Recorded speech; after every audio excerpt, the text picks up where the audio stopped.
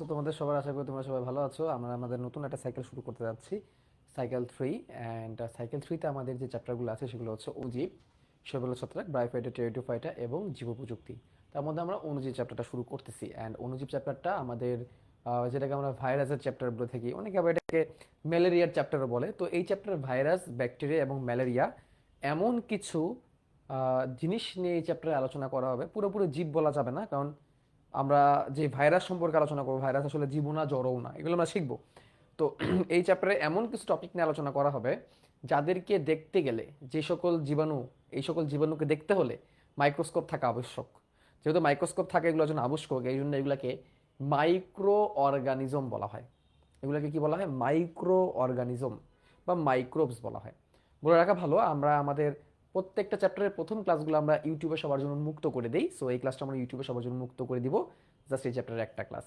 আচ্ছা, ইউটিউব থেকে দেখতেছো তাদেরকে বলে রাখি, এগুলো আমাদের পেইড ব্যাচের ক্লাস। আমরা নতুন একটা সাইকেল শুরু করতেছি আজকে ডিসেম্বর মাসের 23 তারিখ থেকে। তো যেটা বলতেছিলাম, আমাদের এই যে আমরা এখানে ছবি দেখতে পারতেছো, আমার ছবির পাশে আরেকজনের ছবি, ইনি হচ্ছেন দিমিত্রি আইভানোভস্কি। ওনার নাম হচ্ছে ডিমিট্রি আইভানোভস্কি। আইভানোভস্কি, হ্যাঁ, ডিমিট্রি আইভানোভস্কি। এই যে দেখো লেখা আছে ডিমিট্রি আইভানোভস্কি। উনি অ্যাকচুয়ালি ভাইরাসের আবিষ্কারক। তো দেখছো, ভাইরাসের আবিষ্কারকের ছবি আমার ছবির পাশে লাগাই দিচ্ছে আমাদের ডিজাইনার। হ্যাঁ, তো ডিমিট্রি আইভানোভস্কি উনি হচ্ছে ভাইরাসের আবিষ্কারক। তো এই চ্যাপ্টারটা কেন গুরুত্বপূর্ণ দেখো, তুমি তোমার বোর্ড পরীক্ষাতে একটা সৃজনশীল তুমি এই অধ্যায় থেকে পাবাই, মিলাই নিও এবার 26 ব্যাচে আসে কিনা। এই চ্যাপ্টার থেকে প্রশ্ন প্রতি বছরই আসে, এমসিকিউ আসে। অলসো তুমি যে মেডিকেল ভর্তি পরীক্ষা যদি পরীক্ষা দিতে চাও, মেডিকেলে পরীক্ষা দিতে চাও, এই চ্যাপ্টার লাগবে। এই চ্যাপ্টার থেকে মেডিকেল প্রশ্ন আসে। কেন আসে? বিকজ এটা এমন একটা চ্যাপ্টার, যে চ্যাপ্টার মেডিকেলের জন্য খুবই গুরুত্বপূর্ণ। এই যে মাইক্রোবায়োলজি একটা সাবজেক্ট, এটা মেডিকেলের একটা সাবজেক্ট। মাইক্রোবায়োলজি, মাইক্রোবায়োলজি মেডিকেলের একটা সাবজেক্ট। তুমি যদি ইউনিভার্সিটিতে ভর্তি পরীক্ষা দিতে যাও, সেখানেও তোমার মাইক্রোবায়োলজি লাগবে, সেখানেও এই চ্যাপ্টার লাগবে। কারণ মাইক্রোবায়োলজি ইউনিভার্সিটির একটা আলাদা ডিপার্টমেন্ট, মাইক্রোবায়োলজি ডিপার্টমেন্ট, যেখানে এইসব ছোট ছোট ছোট ছোট জীবন নিয়ে আলোচনা করা হয়। তুমি যদি মাইক্রোবায়োলজি ভালো না পড়ো, তুমি তো ডাক্তার হিসেবে তো রোগী ট্রিটমেন্ট দিতে পারবা না। এই জন্য এই চ্যাপ্টার গুরুত্বপূর্ণ। তুমি যদি জীবাণু সম্পর্কে না জানো, তাহলে তুমি জীবাণু চিকিৎসা কিভাবে দিবা? আমাদের যত রোগ হয়, এই রোগগুলোর মধ্যে ম্যাক্সিমাম রোগ কিন্তু এরকম জীবাণুঘটিত রোগ। তো জীবাণুগুলোকে এখানে আলোচনা করবে এই চ্যাপ্টারে। তুমি যদি এগ্রিকালচার ইউনিভার্সিটিতে ভর্তি পরীক্ষা দিতে চাও, যেটাকে কৃষি বিশ্ববিদ্যালয় বলা হয়, কৃষি বিশ্ববিদ্যালয়ে ভর্তি পরীক্ষা দিতে গেলে এই চ্যাপ্টার থেকে প্রশ্ন আসবে। কারণ রোগ জীবাণু কোথায় অ্যাটাক করে? ধান গাছে অ্যাটাক করে, গম গাছে অ্যাটাক করে, ব্যাকটেরিয়া অ্যাটাক করে, ভাইরাস অ্যাটাক করে, রাইট? সো ওইখানেও লাগবে। মানে মোদ্দা কথা হচ্ছে, এই চ্যাপ্টার তুমি তোমার একাডেমিক লাইফে সবগুলো জায়গায় তুমি পাবা, তোমার ব্যক্তিগত লাইফেও তুমি পাবা। তুমি তোমার ব্যক্তিগত লাইফেও এই চ্যাপ্টারের গুরুত্ব অনেক। এই চ্যাপ্টার জানলে তুমি অনেক কিছু সম্পর্কে ধারণা পাবা, যে ধারণাগুলো তোমার রোগ জীবাণুর হাত থেকে বেঁচে থাকা বা রোগ জীবাণু চিকিৎসা সম্পর্কে তোমাকে সচেতন করবে। ওকে, তাহলে আমরা চলো আমাদের পড়া শুরু করি। আমাদের 7:15 বেজে গেছে, আমরা 7:15 থেকে ক্লাস শুরু করি, একটু আগে আগে চলে আসি আর কি, তোমাদের সাথে একটু কথা বলার জন্য, একটু গল্প করার জন্য। তো সাইকেল 3তে আমরা অণুজীবটা আগে পড়বো। অণুজীব পরে আমরা সাইকেল 2তে কিন্তু পরিপাকটা শেষ করবো, তাহলে সাইকেল 2 শেষ হয়ে যাবে। তারপর আমরা আবার এখানে ফিরে এসে শৈবাল ছত্রাক পড়বো। অণুজীবের পরে শৈবাল ছত্রাক পড়বো। অণুজীবের পরে শৈবাল ছত্রাক পড়লে ভালো, এখন মাঝখানে তো পরিপাক করতে সাইকেল 2তে বেঁধে আছে, তো এই জন্য আমরা পরিপাকটা শেষ করে তারপরে আমরা শৈবাল ছত্রাক আসবো। এটা দেখা যাক, তোমাদের সাথে ডিসকাস করে পরে করবো ইনশাল্লাহ, তোমাদের যেটা তোমরা যেটাকে প্রেফার করো। তাহলে আমাদের এই চ্যাপ্টারে আমরা ধরে রাখছি আমাদের লেকচার লাগবে 8 থেকে 9টা, দেখা যাক কতগুলো লাগে, আমরা একটু ক্লাসগুলো ছোট করার চেষ্টা করবো ইনশাল্লাহ। তাহলে দেখো, প্রথমে যে কথাটা আছে, মাইক্রোবায়োলজি কি। চ্যাপ্টারের নাম হচ্ছে অণুজীব। চ্যাপ্টারের নাম হচ্ছে অণুজীব। অণুজীবকে ইংলিশে মাইক্রোবস বলা হয়। তাহলে মাইক্রোবায়োলজি কি? দেখো, মাইক্রো, মাইক্রো মানে হচ্ছে ছোট। মাইক্রো মানে হচ্ছে কি? ছোট বা সূক্ষ্ম, যেটা মাইক্রোস্কোপ লাগে। মানে দেখতে যা দেখতে মাইক্রোস্কোপ লাগে, যা দেখতে মাইক্রোস্কোপ লাগে, তাদের বায়োলজি, তাদের বায়োলজি, তাদের বায়োলজি, অর্থাৎ তাদের জীববিজ্ঞান। অর্থাৎ যে সকল জীবকে দেখতে মাইক্রোস্কোপ লাগে তাদের বায়োলজি হচ্ছে মাইক্রোবায়োলজি। মাইক্রোবায়োলজি হচ্ছে বিজ্ঞানের এমন একটা শাখা যেখানে ছোট জীব জন্তু, ছোট জীব নিয়ে আলোচনা করা হয়, ছোট ছোট জীবগুলোকে নিয়ে আলোচনা করা হয়। এটাই হচ্ছে মাইক্রোবায়োলজি। মাইক্রোবায়োলজি আণুবীক্ষণিক জীব নিয়ে এখানে আলোচনা করা হয়। আণুবীক্ষণিক জীব, আণুবীক্ষণিক মানে কি? মাইক্রোস্কোপিক, যেগুলো দেখতে গেলে মাইক্রোস্কোপ ব্যবহার করতে হয়। আর ট্রান্সমিশন কি? দেখো, অণুজীবের বিস্তারকেই বলা হয় ট্রান্সমিশন। অণুজীবের বিস্তারকে বলা হয় ট্রান্সমিশন। অণুজীবের বিস্তারকে বলা হয় ট্রান্সমিশন। তাহলে হোয়াট ইজ ট্রান্সমিশন, এটা কিন্তু পরীক্ষা আসতে পারে। ট্রান্সমিশন মানে হচ্ছে তুমি এটা ধরো জীবাণু নিয়ে গবেষণা করতেছো, তো জীবাণু নিয়ে গবেষণাকে বলা হয় মাইক্রোবায়োলজি। মানে বিজ্ঞানের যে শাখায় জীবাণু নিয়ে আলোচনা করা হয়, যেগুলো দেখতে গেলে মাইক্রোস্কোপ লাগে, তাদেরকে মাইক্রোবায়োলজি বলে। অ্যান্ড এই মাইক্রোবায়োলজিতে যে জীবাণুগুলো আছে, এদের যে বিস্তার, এরা যে রোগ বিস্তার করে, এরা যে সংক্রামিত হয়, এটাকে বলা হয় ট্রান্সমিশন। অর্থাৎ সংক্রামিত হওয়া, অর্থাৎ ছড়ায় যাওয়া, এদের বংশবৃদ্ধি করা, একজনের থেকে একজনকে অ্যাটাক করা, এর মাধ্যমে তো ছড়াবে, তাই না, সংখ্যা বৃদ্ধি করবে। তার মানে ট্রান্সমিশনকে আমরা এক ভাষায় বলতে পারি সংখ্যা বৃদ্ধি, সংখ্যা বৃদ্ধি ও সংক্রমণ। সংখ্যা বৃদ্ধি ও সংক্রমণ, অর্থাৎ অণুজীবটা তার নিজের সংখ্যাকে বৃদ্ধি করবে এবং অন্যকে সংক্রামিত করবে। অন্যকে সংক্রামিত করা মানে কি? অন্যকে সংক্রামিত করা মানে হচ্ছে অন্যকে অ্যাটাক করা। বুঝতে পারলাম? এই হচ্ছে আমাদের আলোচনা। তা আমরা একটু আগেই শুরু করে দিয়েছি, 7:15 আগেই শুরু করে দিয়েছি। তাহলে আমরা কি কি পড়লাম? আমরা জানলাম মাইক্রোবায়োলজি কি। মাইক্রো মানে ছোট, বায়োলজি মানে হচ্ছে জীব, জীব নিয়ে আলোচনা, অর্থাৎ ছোট ছোট জীব নিয়ে আলোচনা, ছোট ছোট জীব নিয়ে আলোচনা, তাদেরকে বলে মাইক্রোবায়োলজি। এবং মাইক্রো শব্দটার সাথে কানেক্ট আছে কি মাইক্রোস্কোপ, অর্থাৎ যে সকল জীবকে দেখতে মাইক্রোস্কোপ লাগে, যে সকল জীবকে দেখতে মাইক্রোস্কোপ লাগে, তাদেরকে বলা হয় মাইক্রোবায়োলজি। ঠিক আছে? ট্রান্সমিশন কি? ট্রান্সমিশন হচ্ছে অণুজীবের বিস্তারকে বলা হয় কি ট্রান্সমিশন। অণুজীবের বিস্তারকে বলা হয় কি ট্রান্সমিশন।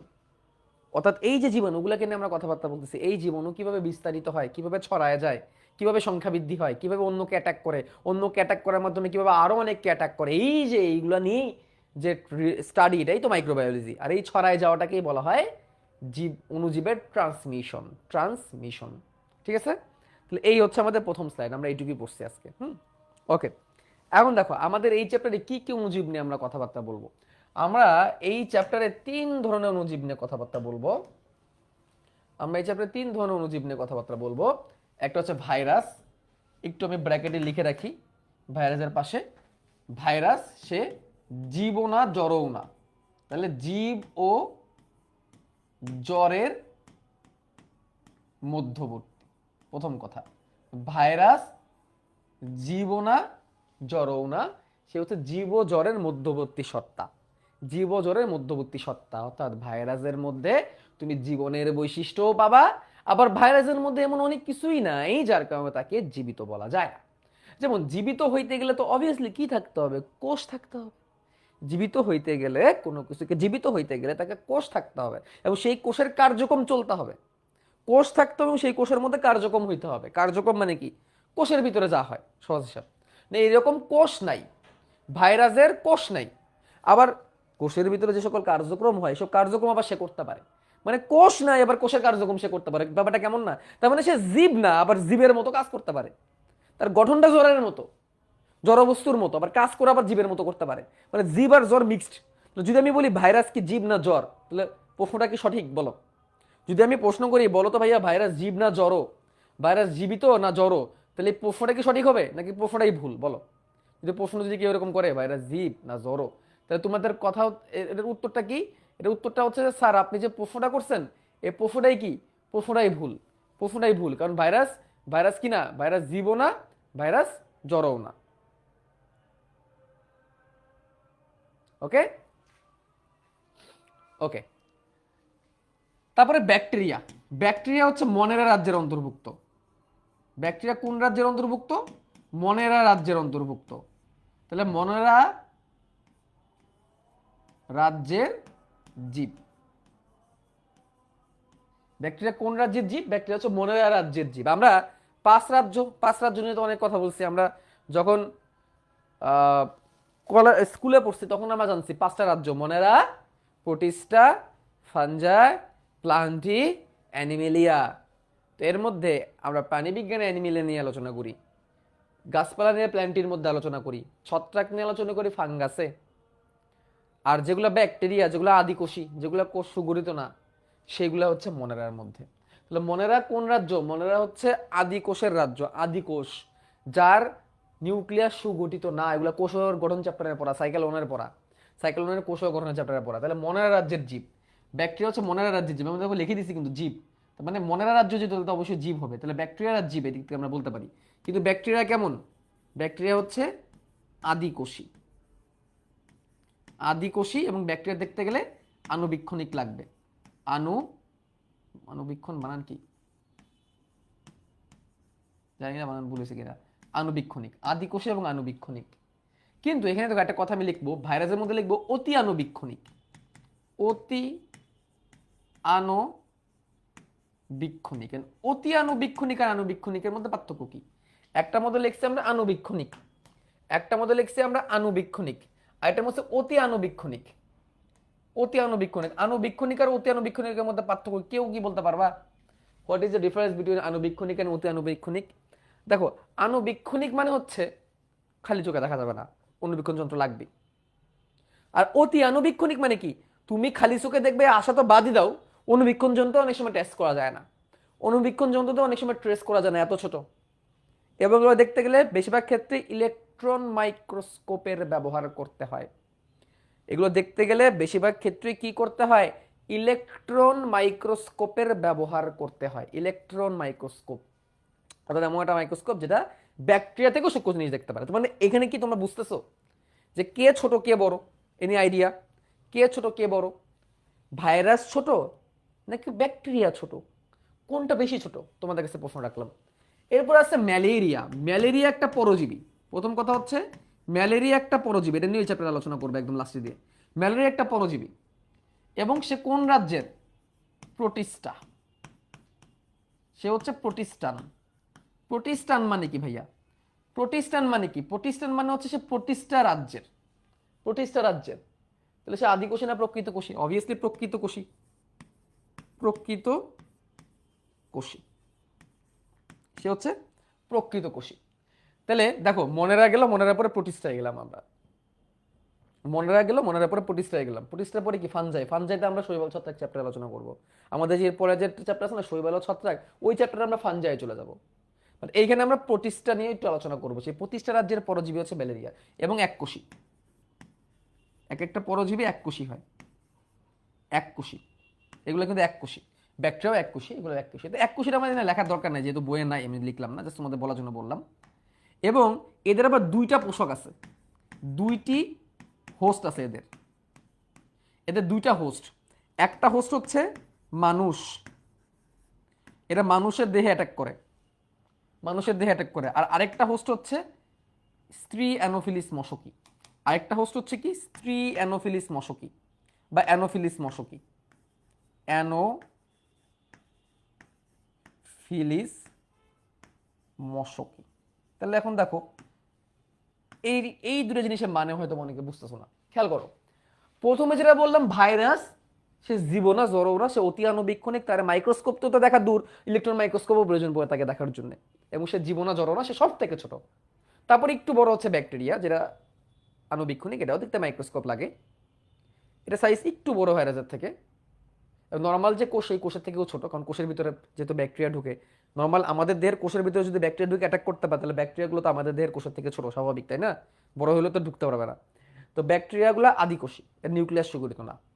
আর তারপরে যে ম্যালেরিয়া পরজীবী নিয়ে এই চ্যাপ্টারে আলোচনা করবে, সেই ম্যালেরিয়া পরজীবী প্রকৃতজীবী, প্রকৃত কোষ, প্রতিষ্ঠা রাজ্যের অন্তর্ভুক্ত, এবং এটা পরজীবী। পরজীবী মানে কি, এ অন্যের দেহে অ্যাটাক করে, অন্যের দেহেই বসবাস করে, এবং তার বসবাস করার জায়গা দুইটা। সে অন্যর দেহে বলতে সে দুই জায়গায় অ্যাটাক করে। সে মানুষকে অ্যাটাক করে, মানুষকে অ্যাটাক করে ম্যালেরিয়া জ্বর তৈরি করে। সে কিন্তু আবার ম্যালেরিয়া কিন্তু আবার ভাইরাস না, ম্যালেরিয়া কিন্তু আবার ব্যাকটেরিয়া না, কিন্তু মাথায় রাখবা।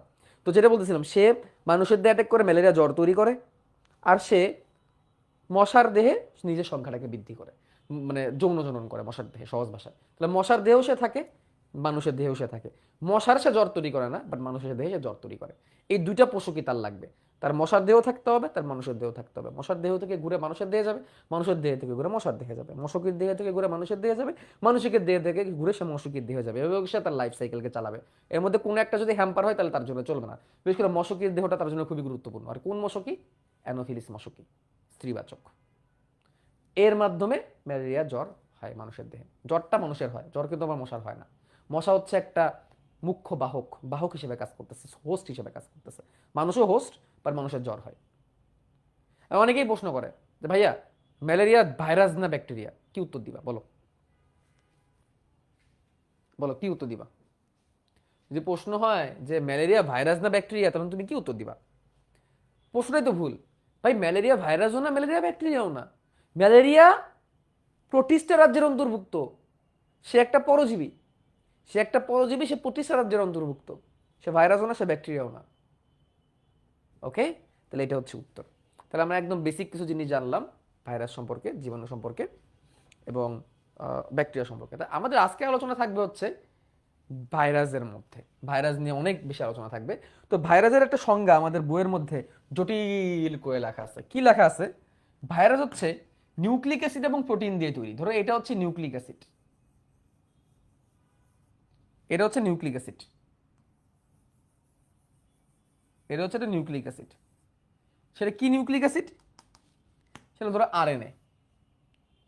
নিউক্লিক অ্যাসিডের নাম কি? আরএনএ। এটা ধরো একটা আরএনএ, আর এন এ। এখন তোমাদের যদি প্রশ্ন করি ভাইয়া নিউক্লিক অ্যাসিড কয় রকমের, কি উত্তর দিবা বলো? নিউক্লিক অ্যাসিড দুই রকমের, রাইবো নিউক্লিক অ্যাসিড অথবা আরএনএ, অথবা ডিঅক্সি রাইবো নিউক্লিক অ্যাসিড অর্থাৎ ডিএনএ। তাহলে পৃথিবীতে নিউক্লিক অ্যাসিড কয় রকমের আছে? পৃথিবীতে নিউক্লিক অ্যাসিড আছে দুই রকমের। পৃথিবীতে নিউক্লিক অ্যাসিড আছে দুই রকমের, ডিএনএ অথবা আরএনএ, যে কোনো একটা থাকবে। তো ডিএনএ আরএনএ আছে। ওকে, বাই দেবে মনে রাখবা ভাইরাসে কিন্তু ডিএনএ আরএনএ একসাথে থাকবে না। হয় ডিএনএ থাকবে অথবা আরএনএ থাকবে, এটা কিন্তু মাথায় রাখতে হবে। আইদার ডিএনএ থাকবে অথবা আরএনএ থাকবে। যদি ভাইরাসের ডিএনএ থাকে তাহলে সেটা ডিএনএ ভাইরাস, ভাইরাসে যদি আরএনএ থাকে সেটা তাহলে আরএনএ ভাইরাস। নিচের একটা লেখা ঢেকে গেছে, যাই হোক। তাহলে ডিএনএ দিয়ে তৈরি বা আরএনএ দিয়ে তৈরি, এটা আপাতত আরএনএ দিয়ে তৈরি। নিউক্লিক অ্যাসিড এবং প্রোটিন দিয়ে গঠিত। বা তো ভাইয়া বলো, প্রোটিন নিয়ে কি আমরা অলরেডি আলোচনা করছি না? প্রোটিন নিয়ে আলোচনা করছি না? করছি তো। প্রোটিন নিয়ে আলোচনা করছি যে প্রোটিন তৈরি হয় অ্যামাইনো অ্যাসিড দিয়ে। প্রোটিন তৈরি হয় কি দিয়ে? অ্যামাইনো অ্যাসিড দিয়ে। প্রোটিন তৈরি হয় অ্যামাইনো অ্যাসিড দিয়ে। তাহলে নিউক্লিক অ্যাসিড এবং প্রোটিন দিয়ে তৈরি। তাহলে নিউক্লিক অ্যাসিডটা আমরা দেখলাম ডিএনএ, এবং তার চারিদিকে প্রোটিন দিয়ে দিব। তার চারিদিকে চলো আমরা প্রোটিনটাকে সবুজ কালি দিয়ে দিই। এই যেরকম প্রোটিনগুলো এরকম খন্ড খন্ড হয়ে থাকবে। প্রোটিন কি দিয়ে তৈরি? দেখি কার কার মনে আছে, দেখি কার কার মনে আছে প্রোটিন কি দিয়ে তৈরি বলো দেখি তো। প্রোটিন কি দিয়ে তৈরি? প্রোটিন অ্যামাইনো অ্যাসিড দিয়ে তৈরি। প্রোটিন অ্যামাইনো অ্যাসিড দিয়ে তৈরি। তাহলে এখানে এই প্রোটিনগুলো এরকম আঙুরের থোকার মতো নিউক্লিক অ্যাসিডের চারিদিকে এরকম ঘিরে রাখছে। নিউক্লিক অ্যাসিডটার চারিদিকে এরকম ঘিরে রাখছে। আর এই হচ্ছে নিউক্লিক অ্যাসিড, নিউক্লিক অ্যাসিড বা আরএনএ আমরা দেখতেছি। তাহলে নিউক্লিক অ্যাসিডকে ঘিরে প্রোটিনের আবরণ। তো এখানে আবার কেউ মনে করো না যে নিউক্লিক অ্যাসিডটা এইটুকুই, নিউক্লিক অ্যাসিডটা পুরোটা জুড়ে আছে। অর্থাৎ ব্যাপারটা যদি আমি এভাবে আঁকাই তাহলে তোমরা ভালো করে বুঝতে পারবা। এই হচ্ছে নিউক্লিক অ্যাসিড অর্থাৎ আরএনএ। আমি আমি এটা লম্বাভাবে কাটছি, এবার আমি আড়াআড়ি কেটে দেখাচ্ছি। ধরো আমি এটাকে যদি আমি এই বরাবর কাটি, এই বরাবর কাটি তাহলে দেখতে কেমন হবে? এই বরাবর যদি কাটি তাহলে দেখতে কেমন হবে? মাঝখানে হচ্ছে নিউক্লিক অ্যাসিড বা আরএনএ, মাঝখানে হচ্ছে নিউক্লিক অ্যাসিড বা আরএনএ, আর তার চারিদিকে প্রোটিন।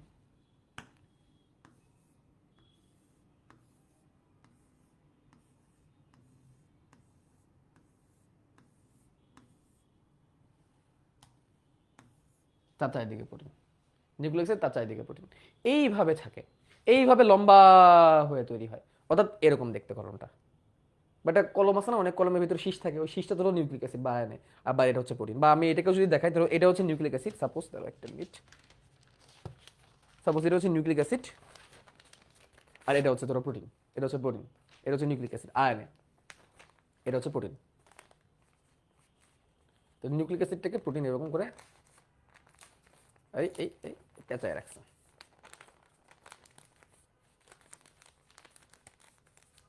পেঁচায় রাখছে, ভিতরে পুরোটাই নিউক্লিক অ্যাসিড। এই হচ্ছে একটা ভাইরাস, এই জাস্ট, আর কিচ্ছু না।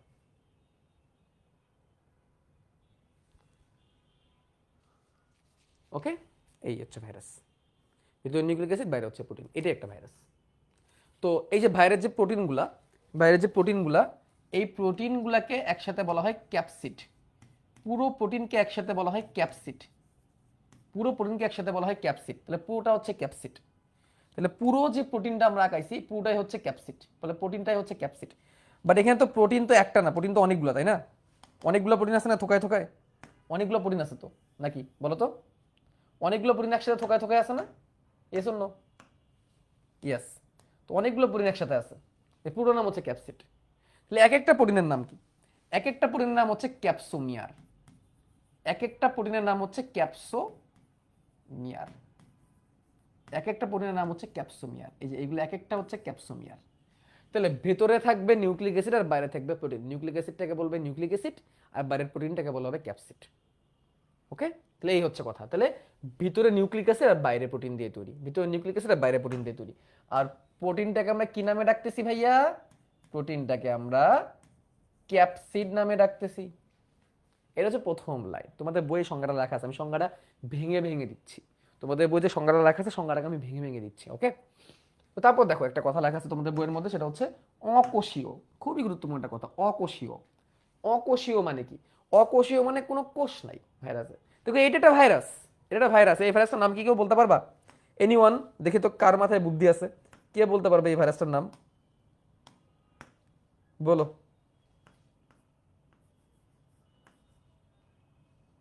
এই ভাইরাসের নাম হচ্ছে টিএমভি, টোবাকো মোজাইক ভাইরাস। এই নাম তোমরা 19 থেকে পড়ে আসছো। TMV TMV TMV, tobacco mosaic virus, tobacco mosaic virus. তামাক পাতার মোজাইক ভাইরাস।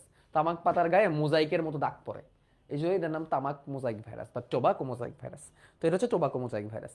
তো এইটাকে অকোষীয় বলছি আমরা। ওয়াই অকোষীয় কেন বলছি আমরা এটাকে? অকোষীয় বলছি বিকজ এটা কোষ হইতে গেলে তিনটা কম্পোনেন্ট থাকতে হয়। একটা কোষ হইতে গেলে তিনটা কম্পোনেন্ট থাকতে হয়। কি কি বলো? if you want to make a cell you must need three components. Cell, একটা সেল হইতে গেলে তিনটা কম্পোনেন্ট থাকতে হয়, তিনটা উপাদান থাকতে হয় কোষে। কি কি থাকতে হয়? নাম্বার ওয়ান, কোষ ঝিল্লি। কোষ হতে গেলে কোষের ঝিল্লি থাকতে হবে। Number two, cytoplasm.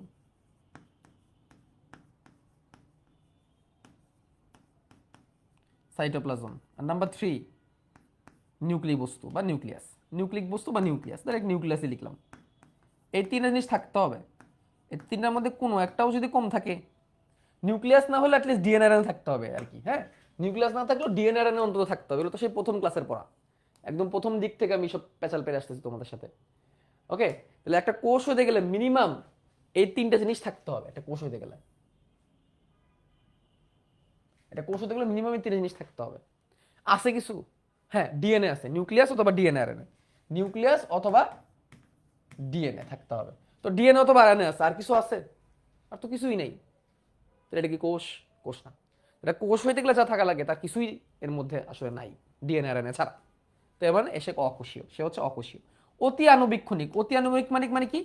Ultra microscope তা লাগবে, আলট্রা মাইক্রোস্কোপিক। অতি আণুবীক্ষণিক মানে হচ্ছে আলট্রা মাইক্রোস্কোপিক। আলট্রা মাইক্রোস্কোপিক তার মানে কি? ইলেকট্রন মাইক্রোস্কোপ লাগবে দেখতে গেলে। এটা ছবি তুলতে গেলে ইলেকট্রন মাইক্রোস্কোপ ব্যবহার করতে হবে। ইলেকট্রন মাইক্রোস্কোপ দিয়ে ছবি ক্যাপচার করতে হবে। বাই দ্য ওয়ে, তুমি কি এটা জানো ইলেকট্রন মাইক্রোস্কোপ দিয়ে যে আসলে সবকিছু দেখা যায় না? মানে ইলেকট্রন মাইক্রোস্কোপ দিয়ে যে আসলে একটা জিনিসকে হুবহু দেখা যায়, এটা কি তোমরা জানো? ইলেকট্রন মাইক্রোস্কোপ দিয়ে, ইলেকট্রন মাইক্রোস্কোপ দিয়ে কিন্তু তুমি কোনো কিছুকে মানে ডাইরেক্টলি লাইভ দেখতে পাবা না। দেখে তোমাদের ধারণা আছে এই সম্পর্কে? ইলেকট্রন মাইক্রোস্কোপ দিয়ে তুমি যদি কোনো কিছুকে দেখো, তাহলে সেটা আসলে ছবি তুলতে হয়। সেটা কি তুলতে হয়? ছবি তুলতে হয়, সরাসরি দেখা যায় না। ওকে, আচ্ছা। তারপর দেখো একটা কথা এখানে আছে, সেটা হচ্ছে বাধ্যতামূলক পরজীবী।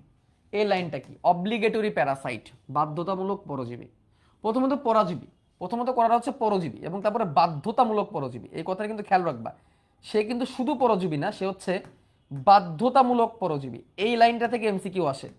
কি দিয়ে দেয়? যে নিচের কোনটি ভাইরাসের বৈশিষ্ট্য, নিচের কোনটি ভাইরাসের বৈশিষ্ট্য এরকম লিখে দেয়। তারপরে এখানে লেখা থাকে অকোষীয়, নিউক্লিক অ্যাসিড আর প্রোটিন দিয়ে তৈরি, পরজীবী সত্তা, এরকম লেখা থাকে। তো অনেকে 1 2 3 তিনটাই দেখা দেয়। তিনটা কি হবে না, কারণ এখানে মনে রাখবা শুধু পরজীবী বললে হবে না, বাধ্যতামূলক পরজীবী হইতে হবে। কেন বাধ্যতামূলক পরজীবী? এখানে একটা সায়েন্স আছে। সায়েন্সে কি? একটা ভাইরাস যদি রোগ তৈরি করতে চায়, একটা ভাইরাস সে যদি রোগ তৈরি করতে চায়, তাহলে তাকে অবশ্যই এবং অবশ্যই কোনো না কোনো জীবের দেহের মধ্যে ঢুকতে হবে। সে জীব দেহের বাইরে নিষ্ক্রিয় অবস্থায় থাকে। অর্থাৎ একটা ভাইরাস যদি সংখ্যা বৃদ্ধি করতে চায়, যেমন ধরো আমি একটা ছোট্ট ভাইরাস আঁকাই, হ্যাঁ, আরেকটা ভাইরাস আঁকাই, যে ভাইরাসটার নাম হচ্ছে টিটু ভাইরাস। তোমাদের এটা আঁকানো আমি সামনে শেখাবো, টেনশন নাই। এই ভাইরাসটার নাম হচ্ছে টিটু ভাইরাস। এই ভাইরাসটার নাম হচ্ছে টিটু ভাইরাস। এটা একটা ডিএনএ ভাইরাস। এটা একটা ডিএনএ ভাইরাস, হ্যাঁ, মাথার দিকে ডিএনএ থাকে, যে মাথার দিকে ডিএনএ আছে, এটা ডিএনএ ভাইরাস, হ্যাঁ। আর একটা ব্যাকটেরিয়া আঁকাই, চলো আমরা, চলো একটা ব্যাকটেরিয়া আঁকাই। সেই ব্যাকটেরিয়ার নাম কি? E. coli bacteria. একটা ব্যাকটেরিয়া আঁকাবো, যে ব্যাকটেরিয়ার নাম হচ্ছে ইকোলাই ব্যাকটেরিয়া। ইকোলাই ব্যাকটেরিয়া, তো ব্যাকটেরিয়াটার আকার অবভিয়াসলি ভাইরাস থেকে বড় থাকবে, আর ভাইরাসের আকারটাই তুলনামূলক ছোট থাকবে, এটাই স্বাভাবিক। এই যে এখন এই ভাইরাসটাকে বাঁচতে হইলে, এই ভাইরাসটাকে বাঁচতে হইলে অবশ্যই এই ইকোলাইকে অ্যাটাক করতে হবে। ইকোলাইয়ের ভিতরে তাকে ঢুকতে হবে, ইকোলাই ব্যাকটেরিয়ার ভিতরে ঢুকতে হবে। এটা ব্যাকটেরিয়া, ইকোলাই ব্যাকটেরিয়া, যে ইকোলাই ব্যাকটেরিয়া হচ্ছে ব্যাকটেরিয়ার ডিএনএ, হচ্ছে ব্যাকটেরিয়া প্লাজমিড, ইকোলাই ব্যাকটেরিয়ার ভিতরে ঢুকতে হবে। তাহলে এই ভাইরাস কখনোই তার নিজের বৈশিষ্ট্যকে প্রকাশ করতে পারবে না, অ্যাটাক করতে পারবে না। তো ভাইরাসটা কি করে জানো? এইটার ভিতরে পুরোপুরি ঢুকে না, তার যে ডিএনএটা আছে না, তার যে ডিএনএটা আছে, এই ডিএনএটাকে ইকোলাইয়ের ভিতরে ঢুকায় দেয়। তার যে ডিএনএটা আছে না, এই ডিএনএটাকে ইকোলাইয়ের ভিতরে ঢুকায় দেয়, বুঝছো? এই ডিএনএটাকে ইকোলাইয়ের ভিতরে ঢুকায় দেয়, সে নিজে পুরোপুরি ঢুকে না, সে ডিএনএটাকে ইকোলাইয়ের ভিতরে ঢুকায় দেয়। বেশিরভাগ ক্ষেত্রে ভাইরাস এই কাজটাই করে। যেমন শুক্রাণু কি পুরোপুরি ডিম্বাণুর ভিতরে ঢুকে যায়? বলো তো, বলো, শুক্রাণু কি পুরোপুরি ডিম্বাণুর ভিতরে ঢুকে যায়? না, শুক্রাণু পুরোপুরি ডিম্বাণুর ভিতরে তো ঢোকে না। শুক্রাণু তার নিউক্লিয়াসটা শুধুমাত্র ডিম্বাণুর সাথে প্রবেশ করে। ব্যাপারটা হচ্ছে এরকম, যে ভাইরাস সে পুরোপুরি আসলে একটা কোষের মধ্যে ঢুকতে চায় না। সে কি করে? তার ডিএনএ বা আরএনএটাকে ভিতরে ঢুকায় দেয়, ঠিক আছে? এবং এরপরই ভাইরাস অ্যাক্টিভ হয়ে যায়, এরপরে ভাইরাসটা অ্যাক্টিভ হয়ে যায়। বাট সে যখন বাইরে থাকে তখন সে ইনঅ্যাক্টিভ হিসেবে থাকে। সে যখন বাইরে থাকে তখন সে নিষ্ক্রিয়। সে যদি কোথাও ভিতরে ঢুকে তখন সে সক্রিয় হয়ে তখন অন্যকে অ্যাটাক করতে পারে। এই জন্যই তো বলছে সে জীব আর জ্বরের মধ্যবর্তী। সে অন্যকে অ্যাটাক করতেছে, তার মানে অন্যকে অ্যাটাক করা কে করে? জীব ছাড়া করতে পারে? তোমার দেহের ভিতরে একটা ধুলাবালু ঢুকে কি তোমার অ্যাটাক করতে পারবে? ধুলাবালু ঢুকে তোমার ক্ষতি হবে, ঠিক আছে, অ্যাটাক তো মানে সেটা তো আর মনে করে এমন না যে হাত ধুলাবালি তোমার দেহের ভিতরে ঢুকে হাত পা গজাবে আর অনেকগুলো ধুলাবালি তৈরি হবে একটা থেকে অনেক, এরকম তো না। ভাইরাস তো উল্টা করতেছে। ভাইরাস কি করতেছে? তোমার দেহের ভিতর ঢুকতেছে, ঢুকে সংখ্যা বৃদ্ধি করতেছে। এই জন্য বলছে সে শুধু পরজীবী না, সে বাধ্যতামূলক পরজীবী। অর্থাৎ ভাইরাসকে তার ভাইরাসের বৈশিষ্ট্য প্রকাশ করতে হলে তাকে অবশ্যই এবং অবশ্যই পরজীবী হইতে হবে, আদারওয়াইজ হবে না। তাহলে শুধু পরজীবী লিখলে কি আনসার হবে? Yes or no? শুধু পরজীবী লিখলে কি আনসার হবে? না, তোমাকে লিখতে হবে বাধ্যতামূলক পরজীবী। শুধু পরজীবী না, সে বাধ্যতামূলক পরজীবী। ক্লিয়ার? জীবদেহে, জীবদেহের অভ্যন্তরে সক্রিয় হয়ে রোগ তৈরি করে, এটা আমরা মাত্র দেখলাম। সে জীবদেহের ভিতরে ঢুকলে সে সক্রিয় হয় এবং রোগ তৈরি করে, কিন্তু জীবদেহের বাইরে নিষ্ক্রিয় জড় বস্তুর ন্যায় আচরণ করে। সে যখন জীবদেহের বাইরে থাকে, সে যখন জীবদেহের বাইরে থাকে তখন সে একদম নিষ্ক্রিয়, তখন সে কোনো কিছু করে না, একদম একটা জাস্ট নিউক্লিক অ্যাসিড আর প্রোটিন দিয়ে তো তৈরি একটা রাসায়নিক বস্তু হিসেবে সে থাকে, তাছাড়া তার কোনো পরিচয়ই নেই। বাট সে যখনই কোনো জীবের ভিতরে ঢুকবে, যখনই সে কোনো কোষের ভিতরে ঢুকবে, জীব মানে কি? একটা কোষ হলেই জীব, রাইট? যেমন ব্যাকটেরিয়া এককোষী জীব। সে যখনই কোনো কোষের ভিতর ঢুকবে তখনই সে তার ভায়োলেন্সই শুরু করবে। যেমন করোনা ভাইরাস আমাদের লাংস বা আমাদের শ্বসনতন্ত্রের কোষকে সে অ্যাটাক করে। ও, এখানে একটা মজার জিনিস আছে জানো, ভাইরাস কিন্তু যেখানে ইচ্ছে সেখানে অ্যাটাক করে না। এটা কি জানো? ভাইরাস কাকে অ্যাটাক করবে এটা ফিক্সড। যেমন করোনা ভাইরাস, করোনা ভাইরাস তুমি যদি হাতে পায়ে মাখায় রাখো, তোমার করোনা হবে? হবে না, যতক্ষণ না সেটা তোমার শ্বসনতন্ত্রে অ্যাটাক করতেছে। শ্বসনতন্ত্র মানে কি? নাক থেকে শুরু করে এই ফুসফুস পর্যন্ত, এটুকুর মধ্যে, নাক, মুখ, গলা, এটুকুর মধ্যে অ্যাটাক করতে হবে। মুখ বলতে মুখের গলার অংশটা আর কি, বুঝছো? আবার চিকেন পক্সের যে জীবাণু, ভাইরাস বাদ দাও, জীবাণুর কথাই বলি, প্রত্যেকটা জীবাণুর ক্ষেত্রে এটা প্রযোজ্য। চিকেন পক্সের জীবাণু তুমি যদি সারা শরীরের মধ্যে তুমি যদি খেয়ে ফেলো, তো তোমার চিকেন পক্স হবে না। চিকেন পক্সের জীবাণু অ্যাটাক করতে হবে তোমার স্কিনে। অর্থাৎ যেই জীবাণু যেই জায়গায় সেই জায়গার তাকে অ্যাটাক করতে হবে, অন্য জায়গায় হলে সে কাজ করতে পারবে না, ঠিক আছে? এই জন্যে বলা হয় যে ভাইরাসের পরজীবীটা সুনির্দিষ্ট, ভাইরাস সুনির্দিষ্ট জায়গায় অ্যাটাক করতে পারে, এনজাইমের মতো ব্যাপারটা। আর এই যাবৎকালে এখন পর্যন্ত প্রায় 5,000 রকমের ভাইরাসের বর্ণনা করা গেছে। নিচে দেখে গেছে এই কথাটা, যে লেখা আছে দেখো, এখন পর্যন্ত 5,000 ধরনের ভাইরাসের বর্ণনা করা হয়েছে। এখন পর্যন্ত, এখন পর্যন্ত কত রকমের? 5,000 ধরনের ভাইরাসের বর্ণনা করা গেছে। তাহলে এখন এইখান থেকে আমরা যদি একটা সংজ্ঞা তৈরি করি, তাহলে ভাইরাসের সংজ্ঞাটা কি হবে? ভাইরাস হচ্ছে নিউক্লিক অ্যাসিড এবং প্রোটিন দিয়ে তৈরি অকোষীয় অতি আনুবীক্ষণিক বাধ্যতামূলক পরজীবী সত্তা, যা জীবদের অভ্যন্তরে সক্রিয় রোগ সৃষ্টি করে কিন্তু জীবদের বাইরে নিষ্ক্রিয় বস্তুর মতো অবস্থান করে। বুঝতে পারলাম? এই হচ্ছে ভাইরাসের সংজ্ঞা। জ্বরের তো মুভমেন্ট নাই, তাহলে অ্যাটাক করে কিভাবে ভাইয়া? হ্যাঁ, এটা একটা খুব সুন্দর প্রশ্ন বলছো। আমি বুঝতেছিলাম যে তুমি এই প্রশ্নটা করবা। দেখো, সে অ্যাটাক করে না, ট্রান্সমিশন হয় তার, অর্থাৎ আমার মাধ্যমে তোমার কাছে ছড়ায়। আমি হাঁচি দিলাম, হাঁচি, আমার হাঁচির মাধ্যমে সে ছড়াবে। এই জন্য একটা ব্যাপার আছে, একটা ভাইরাস কিন্তু বাইরে যখন থাকে, নর্মাল পরিবেশে যখন থাকে, তখন কিন্তু সে নিষ্ক্রিয়। সে সামহাও তোমার অ্যাটাচমেন্টে আসবে, সামহাও তোমার অ্যাটাচমেন্টে আসবে, আদারওয়াইজ কিন্তু পাবে না। অর্থাৎ আমি, তুমি বা কোনো একটা মাধ্যম তাকে পৌঁছায় দিচ্ছে। আমি যখন হাঁচি দিই, তখন আমার হাঁচির মাধ্যমে আমার নাকের জীবন তোমার সরে যায়, তো সেখান থেকে তোমার লাস্টে তোমার জায়গা মতো সে অ্যাটাক করে। বুঝতে পারছো নূর মোহাম্মদ তোমার প্রশ্নের উত্তরটা? তো ভাইয়ারা, মাঝখানে একটু বলে রাখি, তোমরা অনেকেই হয়তো সাইকেলের বই সহ সাইকেল 3 কিনছো। যারা যারা সাইকেল এর বই সহ সাইকেল 3 কেনো নাই, তারা অবশ্যই বই সহ পারচেস করে নিও। রম্বস পাবলিকেশন থেকে অর্ডার দিতে পারো, বা বই সহ কিনতে পারো, যেখান থেকে তোমাদের ভালো হয়। তুমি রম্বস পাবলিকেশন থেকে অর্ডার দিতে পারো, রম্বস পাবলিকেশন থেকে অর্ডার দিলে আই থিঙ্ক তাড়াতাড়ি যায়, সবাই যেটা বলে আর কি। আর তোমাদের একটা প্রিকশন আগে একটু বলে রাখি, একটু আগে থেকে একটু কথা বলে রাখি। এবারে বইয়ের কভারটা খুব সুন্দর হয়েছে, আই থিঙ্ক তোমাদের ভালো লাগবে। এখানে মশ আছে, ফার্ন আছে। তো বইয়ের 9 নাম্বার পেজে যাবা, 9 নাম্বার পেজ একদম প্রথম দিকে। 9 নাম্বার পেজে একটু মিস্টেক আছে, হ্যাঁ, 9, 10, 11, 12, এই 4টা পেজে একটু মিস্টেক আছে, আনসারে ভুল নাই। দেখো 9 নাম্বার পেজে খেয়াল করবা, 12 নাম্বার এমসিকিউটা শেষ হয়েছে, 52 নাম্বার এমসিকিউ শেষ হয়েছে, আনসারও 12 বন্ধ দেওয়া, তারপর না হুট করে 13 নম্বর এমসিকিউ ঢুকে গেছে এখানে। অ্যাকচুয়ালি 13 নম্বর এমসিকিউটা এই পেজে হওয়ার কথা ছিল, বাট ওটা শুরু হয়ে গেছে ওই পেজে, ওইখানে একটু ব্রেক হয়েছে লাইন। তারপরে এখানেও সেম, এখানে পেজ নাম্বার 11-তে 13 নম্বর এমসিকিউ শেষ হয়েছে, এবং সেখানে বক্স 13 নম্বর এমসিকিউ আনসার শেষ করছে, বাট ভুলে 14 নম্বর এমসিকিউ দুটো লাইন এই পেজ থেকে এই পেজে চলে আসছে। তো এই যে এই কাজটাই 13 নম্বর পেজ পর্যন্ত হয়েছে, 9, 10, 11, 12, 13, এই 4-5টা পেজ একটু জাস্ট একটু আপ ডাউন হয়েছে, তোমাদের একটু আনসারটা একটু এই পাতা ওই পাতা মিলাই নিতে হবে, এই পাতা ওই পাতা উল্টায় খালি জাস্ট একটা দুটো আনসার একটু চেক করতে হবে, এইটুকুই। আনসারে ভুল নাই, জাস্ট এইটুকু কষ্ট করতে হবে আর কি। এটা একটু আমি আগে থেকে তোমাদের একটু বলে রাখলাম, হ্যাঁ। বুঝছো কি প্রবলেমটা? বই পাও নাই, তারা বই পেয়ে যাবা রম্বস পাবলিকেশনের হাতে, রম্বস পাবলিকেশন বই ডেলিভারি করে, এটা তো আসলে আমার হাতে নাই। আমি ভাই শুধু ক্লাস নেই, আমার কাজ কি জানো? তুমি অনেকে টেকের প্রবলেম বলো, ভাই এই প্রবলেম এই প্রবলেম, ভাই ওই ব্যাপারে সমস্যা এই সমস্যা। ভাই আমি তো টিচার, আমি তো মাস্টার, আমি শুধু পড়ি আর পড়াই, পড়ি পড়াই, এইটাই আমার কাজ। আমি কি করি জানো? আমি এই যে আজকে ক্লাস শুরু হয়েছে 7টা 15-তে, আমি বিকাল 4টা থেকে বসে মোটামুটি 6:30 পর্যন্ত তোমাদের স্লাইড বানাইছি, এই স্লাইডটা গুছাইছি, আগেই রেডি ছিল, এটাকে একটু গুছাইছি। তারপরে কোশ্চেনগুলো একটু ঘাটছি, একটু পড়ছি, কিভাবে কিভাবে পড়াবো, আগের বছরের ক্লাসগুলো দেখছি, আগের বছরে যে ক্লাসগুলো হয়েছে সেই ক্লাসটা আমার আমার যে ক্লাসটা আর্কাইভ থেকে দেখছি, আরও 2-3 জনের ক্লাস দেখছি। কেন দেখছি? দেখি একটু ভালো কিছু পাওয়া যায় কেন। অন্যের ক্লাস দেখে পড়ানো কিন্তু খারাপ কিছু, অনেকে আবার বলে হ্যাঁ অন্যের ক্লাস দেখে পড়ায়, নিজে পারে না, এটা ভুল কথা। তুমি ভালো টিচার, আদর্শ শিক্ষকের বৈশিষ্ট্য হচ্ছে সে ক্লাসের আগে মিনিমাম 2 ঘন্টা পড়বে, এবং সে অন্য কে কি পড়ায়, যেহেতু অনলাইনে সুযোগ আছে দেখার, সেটা যে বাংলাদেশের ক্লাস হইতে হবে এমন না, বিদেশের ক্লাসও হইতে পারে, আমেরিকান ক্লাসও হইতে পারে, ইন্ডিয়ান ক্লাসও হইতে পারে, যে কোনো ক্লাসই হইতে পারে, হিন্দি লেকচার হইতে পারে, ইংলিশ লেকচার হইতে পারে, সেটা তোমাকে দেখবা, দেখে তারপর তুমি পড়বা, তাহলে তোমার ক্লাসটা সুন্দর হবে, গুছানো হবে। দেন পড়াইতেছি, আমার কাজ হচ্ছে এই পড়ানো, স্লাইড বানানো আর কন্টেন্ট বানানো। কন্টেন্ট বানানো মানে বায়োলজির ভিডিও বানানো, একটু পডকাস্ট বানানো বায়োলজি নিয়ে, এগুলোই আমার কাজ। আমি তো ভাই ধরো টেক বুঝি না, টেক তো আমার কাজ না, টেক প্রবলেম তো, বা ধরো বই, হ্যাঁ বই বানানো এটা আমার একটা কাজ, বই সুন্দর করে কন্টেন্ট গুছাই দেওয়া, টিমের সাথে মিটিং করা, যারা বইয়ের কাজগুলো করে তাদের সাথে বসা, বাট বই ছাপানো ওটা তো আমার হাতে নাই, ওটা রম্বস পাবলিকেশনের হাতে। ঠিক আছে, তো চলো আমরা পরে আগাই। তাহলে এখান থেকে কি আমরা সংজ্ঞাটা পারবো? ভাইরাস হচ্ছে, আবার বলি সংজ্ঞাটা এভাবে লিখবা, ভাইরাস হচ্ছে নিউক্লিক অ্যাসিড এবং প্রোটিন দিয়ে তৈরি অকোষীয় অতি আণুবীক্ষণিক বাধ্যতামূলক পরজীবী সত্তা, যা জীবদেহের অভ্যন্তরে সক্রিয় হয়ে রোগ সৃষ্টি করে, জীবদেহের বাইরে নিষ্ক্রিয় হিসাবে বিরাজ করে।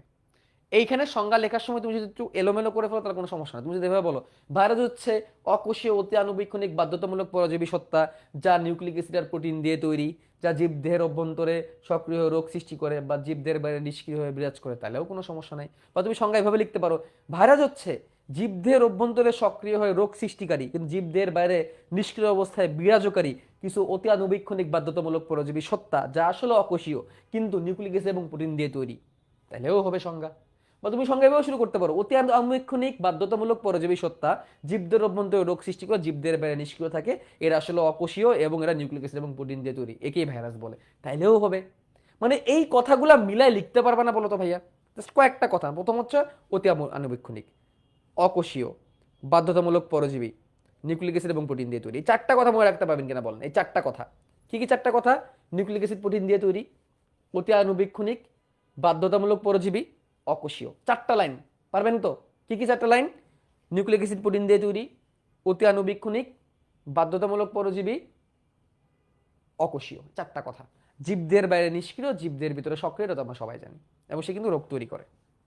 হ্যাঁ, সব ভাইরাসই মোটামুটি ক্ষতিকর, বাট উপকারী ভাইরাসও আমাদের জন্য আছে। ওকে, তো চলো আমরা এখন ভাইরাসের আবিষ্কারক সম্পর্কে একটু কথাবার্তা একটু জানি। ভাইরাসের কে আবিষ্কার করছে, কোন সময় কে কি করছে। এখন এই জিনিসগুলো না অনেকে পড়তে চায় না। অনেক শিক্ষকও আছে এগুলো পড়তে অনুৎসাহিত করে, আমি জানি না কেন। অনেক শিক্ষক আছে সাল পড়তে অনুৎসাহিত করে, সাল টাল লাগে না। হ্যাঁ, সব সাল লাগে না, বায়োলজির সব সাল লাগে না। তো আমি প্রথম থেকেই বলছি যে বায়োলজিতে তুমি যদি এই সাল আর এই বিজ্ঞানীদের নামগুলো বাদ দিতে পারো তাহলে বায়োলজি সুন্দর। হ্যাঁ, এরকম একটা কথা আমিও বলি মাঝে মাঝে, বাট কিছু কিছু সাল তো লাগেই। তোমরা এখান থেকে তো ম্যাক্সিমাম আমার সাইকেল 1 থেকে আসো, তাই না? সাইকেল একদম প্রথম আমার ক্লাস করতেছো, সাইকেল 3 তে জয়েন করছো, আর কোনো সাইকেল নেই, এরকম কি কেউ আসো? এখন কি কেউ আসো একটু দেখি তো। যদি থেকে থাকো সাইকেল 1 2 3 সব কিনে ফেলো। যাক, মজা করলাম, তোমারই ভালো হবে। যাই হোক, যেটা বলতেছিলাম, যারা যারা আমার আগে থেকে ক্লাস করছো তারা তোরা জানো আমি সবসময় বলছি যে ভাইরা আবিষ্কারকের নাম এবং সাল সবগুলো লাগে না। বাট যেগুলো যেগুলো আমি বলে দেবো এগুলো অবশ্যই পড়তে হবে, এগুলো বাদ দেওয়া যাবে না। যেগুলো যেগুলো আমি বলবো, আমি তো কিছু কিছু আছে বলে দিই, কিছু কিছু সালও তো আমি বলে দিই। কেন বলি দেখো, যারা তোমাকে বলবে জীববিজ্ঞানের সাল পড়বা না, বিজ্ঞানীদের নাম পড়বা না, তারা আসলে ইনডিরেক্টলি তোমার ক্ষতি করবে। এবছর মেডিকেল ভর্তি পরীক্ষা দেখছো? এবছর মেডিকেল ভর্তি পরীক্ষার প্রশ্ন কি আসছে? যে মানব জিনোম প্রজেক্ট কত সালে বন্ধ করা হয়েছে? আসছিল এবার মেডিকেলে? আসছে তো। তাহলে মেডিকেলে তো এগুলো আসেই। কোন ভাইরাসের আবিষ্কারক কে, কোন কিসের আবিষ্কারক কে, এগুলো কিন্তু বোর্ড পরীক্ষা পর্যন্ত আসে। আরবিশন টেস্টেও আসে, জাহাঙ্গীরনগরে তো অনেক আসে। সাল কম আসলেও বিজ্ঞানীদের নাম অবশ্যই আসে। এগুলো তুমি কেন বলবা না? তো চলো আমরা এখানে ঢুকি। তো যেটা বলতেছিলাম, আবিষ্কার, এখানে যার ছবি দেখতেছি উনি হচ্ছেন এডওয়ার্ড জেনার। ওনার নাম হচ্ছে এডওয়ার্ড জেনার। তিনি হচ্ছেন এডওয়ার্ড জেনার। তিনি সর্বপ্রথম ভাইরাস ঘটিত বসন্ত রোগের কথা উল্লেখ করেন। তিনি সর্বপ্রথম ভাইরাস ঘটিত বসন্ত রোগের কথা উল্লেখ করেন। বসন্ত রোগ মানে হচ্ছে যেটাকে আমরা পক্স বলি, পক্স বলে না, পক্স উঠছে পক্স, এই পক্স রোগকে বসন্ত রোগ বলা হয়। তাহলে এই বিজ্ঞানী এডওয়ার্ড জেনার তিনি সর্বপ্রথম ভাইরাস ঘটিত বসন্ত রোগের কথা উল্লেখ করেন। তার মানে তিনি বলছিলেন যে বসন্ত রোগ যেটা, এটা আসলে কোনো একটা ভাইরাস টাইপের কিছুর মাধ্যমে হয়েছে। অত কিছু বেশি কিছু বলতে পারে না, তিনি বলছেন যে ও আচ্ছা, এই যে পক্স এই রোগটা, এটা ভাইরাসের কারণে হয়েছে, এরকম একটা কিছুর কারণে হয়েছে, এটাই তিনি করছেন। এই যে ওনার নামটা আবার এখানে পড়তেছে আলাদা হবে। আচ্ছা, তারপর দেখো বহুত আবিষ্কার এখানে দেওয়া আছে। তারপরে কার নাম দেওয়া? বিজ্ঞানী অ্যাডলফ মেয়ার। বিজ্ঞানী অ্যাডলফ মেয়ার, অ্যাডলফ মেয়ারও বলা হয় বা অ্যাডলফ মেয়ারও বলা হয়। তিনি সর্বপ্রথম তামাকের মোজাইক রোগের কারণ হিসেবে ভাইরাসকে দায়ী করেন। ওই তামাক গাছের মোজাইক রোগ বলতেছিলাম না, তামাক গাছের উপর মোজাইকের মতো একটা ছাপ পড়ে। মোজাইক মানে বোঝো তো নাকি বোঝো না? মোজাইক কি বোঝো? ধরো আমি একটু দেখানোর চেষ্টা করি। টোবাকো মোজাইক, TISEASE, সার্চ করে দেখানোর চেষ্টা করি। টোবাকো মোজাইক ডিজিজ, এই যে দেখো, এই যে দেখো, এই রোগটাই হচ্ছে tobacco mosaic, tobacco mosaic disease. এটা টোবাকো মোজাইক ভাইরাসের কারণে হয়। দেখছো তামাক গাছের উপর কেমন একটা দাগ দাগ পড়ছে না? এটাই টোবাকো মোজাইক ডিজিজ, এটাকে বলে টোবাকো মোজাইক রোগ। টোবাকো মোজাইক রোগ, টোবাকো গাছের উপর মোজাইকের মতো এরকম দাগ পড়ে, this is call tobacco mosaic disease. এই দেখো, দেখছো এই যে দাগ পড়ছে, টোবাকো মোজাইক ডিজিজ। তো এই যে টোবাকো মোজাইক ডিজিজ, এই টোবাকো গাছে এই যে মোজাইকের মতো দাগ পড়া, এই যে টোবাকো গাছে এরকম মোজাইকের মতো দাগ পড়া, এর কারণে তামাক গাছ নষ্ট হয়ে যায়। তামাক শিল্প অনেক বড় শিল্প, তামাক শিল্প অনেক বড় শিল্প। হোয়াট তামাক, সিগারেট, ওই সব যদি আমরা বাদ দিই, তামাক শিল্প অনেক বড় শিল্প। আর তামাক গাছের ব্যবহারটা না, এটা ইয়েতে অনেক বেশি হয়, কি বলে জানো? জীব প্রযুক্তিতে অনেক বেশি ব্যবহার করা হয়। বায়োটেকনোলজি ওয়ার্ডটা তো শুনছো তাই না? বায়োটেকনোলজি, তোমরা 19 14 অধ্যায়ে পড়ছো বায়োটেকনোলজি। তো এই বায়োটেকনোলজিতে এই তামাক গাছ খুবই ব্যবহার হয়। Tobacco mosaic virus, tobacco mosaic খুবই ব্যবহার হয়।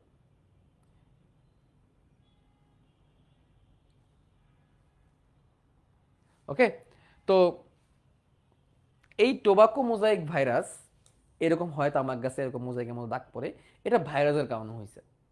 এই জিনিসটা ভাইরাসের কারণে হয়েছে, এই কথাটাই কে বলছে? অ্যাডলফ মেয়ার। এই কথাটাই কে বলছে? অ্যাডলফ মেয়ার। অ্যাডলফ মেয়ার এই কথাটাই বলছে যে তামাক গাছে যে রোগটা হয়েছে, এই যে মোজাইক যে রোগটা হয়েছে, এটা কিসের কারণে হয়েছে? ভাইরাসের কারণে হয়েছে। ক্লিয়ার? ওকে, সর্বপ্রথম আবিষ্কৃত উদ্ভিদ ভাইরাসটাই হচ্ছে টোবাকো মোজাইক ভাইরাস, এটা পড়তে পারো। তারপরে আসো, ডিমিট্রি আইভানোভস্কি, উনি হচ্ছেন ভাইরাসের আবিষ্কারক, যার ছবি এই যে আমার শুরুতে ছিল, যার সাথে আমার ছবি ছিল, দেখছো? আমাদের ডিজাইনার কত ট্যালেন্টেড, আমাদের যে ডিজাইনার, সে আমার সাথে ডিমিট্রি আইভানোভস্কিকে দাঁড় করাই দিছে।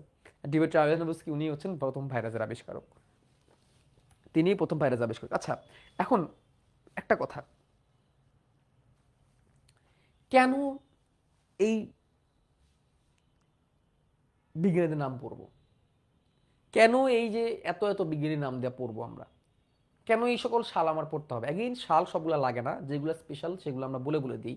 বিজ্ঞানীদের নাম প্রায় প্রায় আসে, যদি কেউ বলে যে বিজ্ঞানীর নাম পড়তে হয় না হ্যান ত্যান, এগুলো ভুল কথা।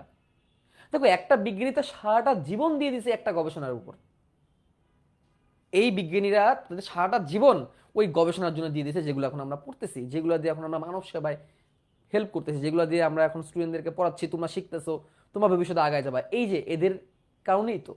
এক একজন রাইটার যারা বই লেখে, যেমন মেডিকেলে বিখ্যাত বিখ্যাত কিছু রাইটার আছে, যেমন একটা রাইটার আছে যার নাম হচ্ছে গাইটন। গাইটনের বই পড়তেই হয়, গাইটন, জ্ঞানং, ওনাদের বই পড়তেই হয়। তো ওনাদের এক একটা লাইন মানে বুঝো, ওনাদের বইয়ের এক একটা লাইন হচ্ছে ওনাদের সারা জীবনের সাধনার ফসল। একজন বিজ্ঞানী যে বইটা লেখে, সেই এক একটা বইয়ের লাইন হচ্ছে ওনার জীবনের সারা জীবনের পরিশ্রমের ফসল। ওই লাইনটা সেই ওনার প্রতি সম্মানের স্বার্থে হলো না, নামটা শিখে রাখো। ওনার প্রতি সম্মানের স্বার্থে ওনার নামটা শিখে রাখো, ঠিক আছে?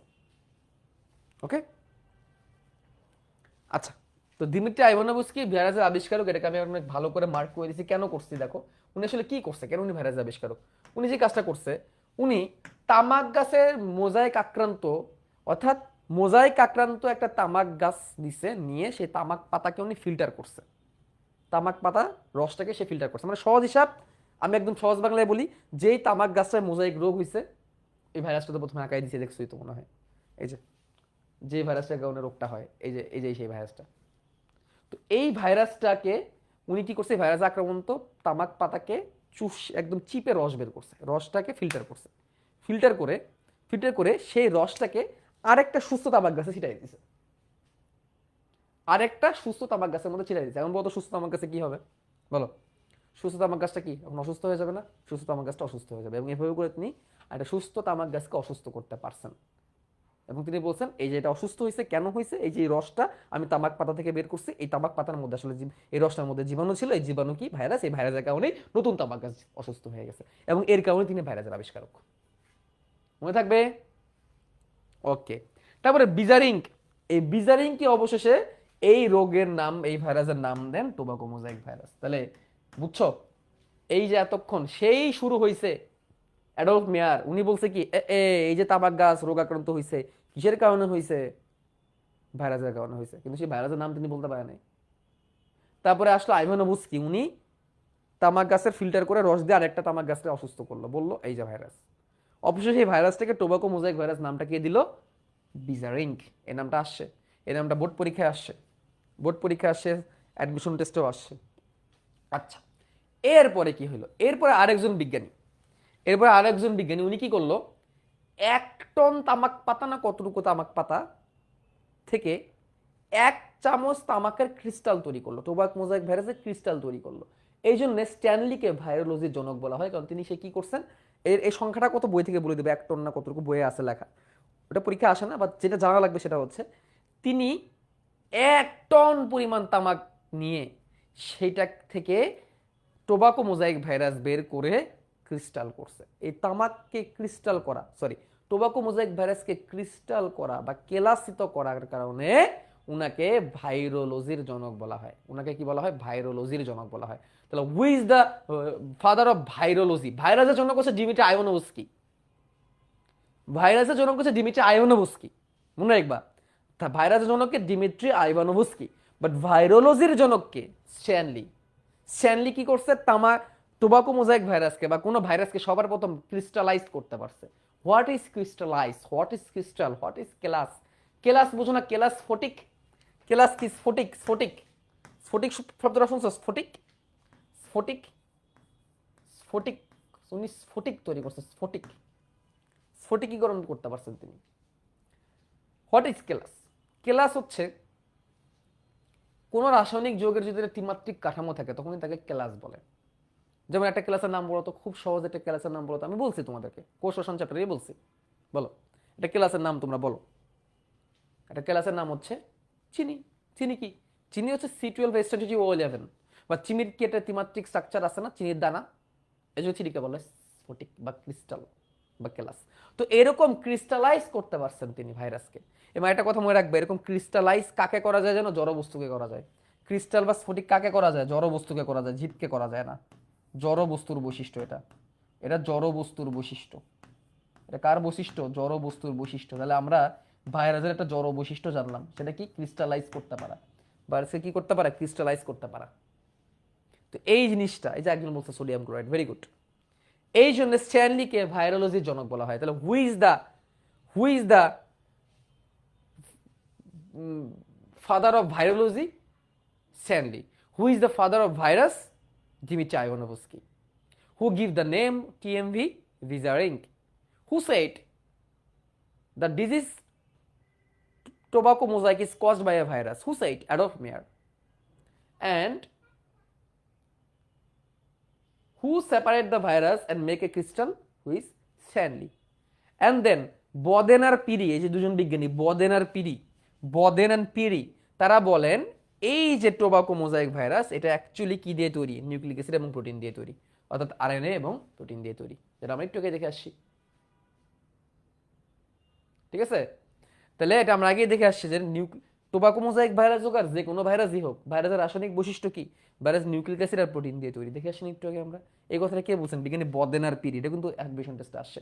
এখন তোমরা বলতে পারো ভাই এত এত নাম পড়াচ্ছেন, আচ্ছা আমি আগে শেষ করি, আরো নাম আছে তারপরে বলি। ওয়াল্টার রিড, তিনি মানুষের পিত জ্বরের ভাইরাস আবিষ্কার করেন। পিত জ্বর, ইউলো ফিভার। পিত জ্বরকে বলা হয় ইউলো ফিভার, সারা শরীর হলুদ হয়ে যায়। পিত জ্বর, ইউলো ফিভার। এই পিত জ্বরের ভাইরাসটাকে আবিষ্কার করেন কে? Walter read. পড়তে পারো, না পড়লেও সমস্যা নাই। সেফারবেনেস মরিস, ওনারা সায়ানোফাজ আবিষ্কার করেন। সায়ানোফাজ মানে কি? সায়ানোব্যাকটেরিয়ার নাম শুনছো না তোমরা? সায়ানোব্যাকটেরিয়া, নীলাভ সবুজ শৈবাল, নস্টক, শুনছো তো নাম? ওদেরকে আক্রমণ করে, সায়ানো তো একটা ব্যাকটেরিয়া তাই না, নীলাভ সবুজ শৈবাল, ওদেরকে আক্রমণ করে যে ভাইরাস, তাকে বলা হয় সায়ানোফাজ ভাইরাস। ফাজ মানে হচ্ছে আক্রমণকারী, ভক্ষণকারী। সায়ানোফাজ কারা? যারা সায়ানোব্যাকটেরিয়াকে অ্যাটাক করে। এটাকে আবিষ্কার করছে শেফারম্যান মরিস। এটা অ্যাডমিশন টেস্টে আসছে। শেফারম্যান মরিসের কথা অ্যাডমিশন টেস্টে আসছে। শেফারম্যান মরিস গেল এইডস রোগের ভাইরাস HIV আবিষ্কার করেন, এটাও অ্যাডমিশন টেস্টে আসছে। দেখো HIV হইলে, এইডস হইলে কেউ বাঁচে? সে তো আর বাঁচে না, সে তো গেল, শেষ, জীবন শেষ, গেল গেল গেল। তাহলে HIV গেল। তাহলে HIV এর আবিষ্কারক কে? গেল। এইডস রোগের ভাইরাস আবিষ্কারক HIV গেল। হেপাটাইটিস সি, নীরব ঘাতক হেপাটাইটিস সি কারো হইলে যখন টের পায় মানুষ, ততক্ষণে তার লিভারের অর্ধেক 12টা বেজে যায়। এই হেপাটাইটিস সি এর আবিষ্কারক হচ্ছে, নীরব ঘাতক হেপাটাইটিস সি এর আবিষ্কার হচ্ছে হারভিজা ওয়াল্টার। এটাও আসছে। তাহলে আমরা এটা জানছি যে ভাইরাস জীবও না, ভাইরাস জ্বরও না, ভাইরাসই। এই কথাটা কে বলছে? বিজ্ঞানী লফ এই কথাটা বলছে। ভাইরাস জীবও নয়, ভাইরাস জ্বরও নয়, ভাইরাসই। তাহলে এই প্রশ্নটা কি আসে না সৃজনশীলে? এই প্রশ্নটা সৃজনশীল আসে। ভাইরাস জীবও না, ভাইরাস জ্বরও না, ব্যাখ্যা করো। এরকম একটা প্রশ্ন সৃজনশীল আসে, তখন তোমাকে এটা লিখতে হবে যে বিজ্ঞানী লফ এই কথাটা সবার আগে বলছিল। ওকে, বিজ্ঞানী স্যালে বলেন ভাইরাস রাসায়নিক অণু সজীব কোষের মধ্যবর্তী পর্যায়ে এক প্রকার বস্তু, জানলেও চলে না জানলেও চলে। আর টিটু ভাইরাস আবিষ্কার করেন বিজ্ঞানী টর্ট। টিটু ভাইরাস আবিষ্কার করেন কি? বিজ্ঞানী টর্ট। টিটু ভাইরাস কোনটা? এই যে আঁকাইছিলাম না ছোট্টটা ভাইরাস আঁকাইছিলাম না, টিটু। এই যে টিটু ভাইরাস, এটা দেখতে ব্যাঙাচির মতো।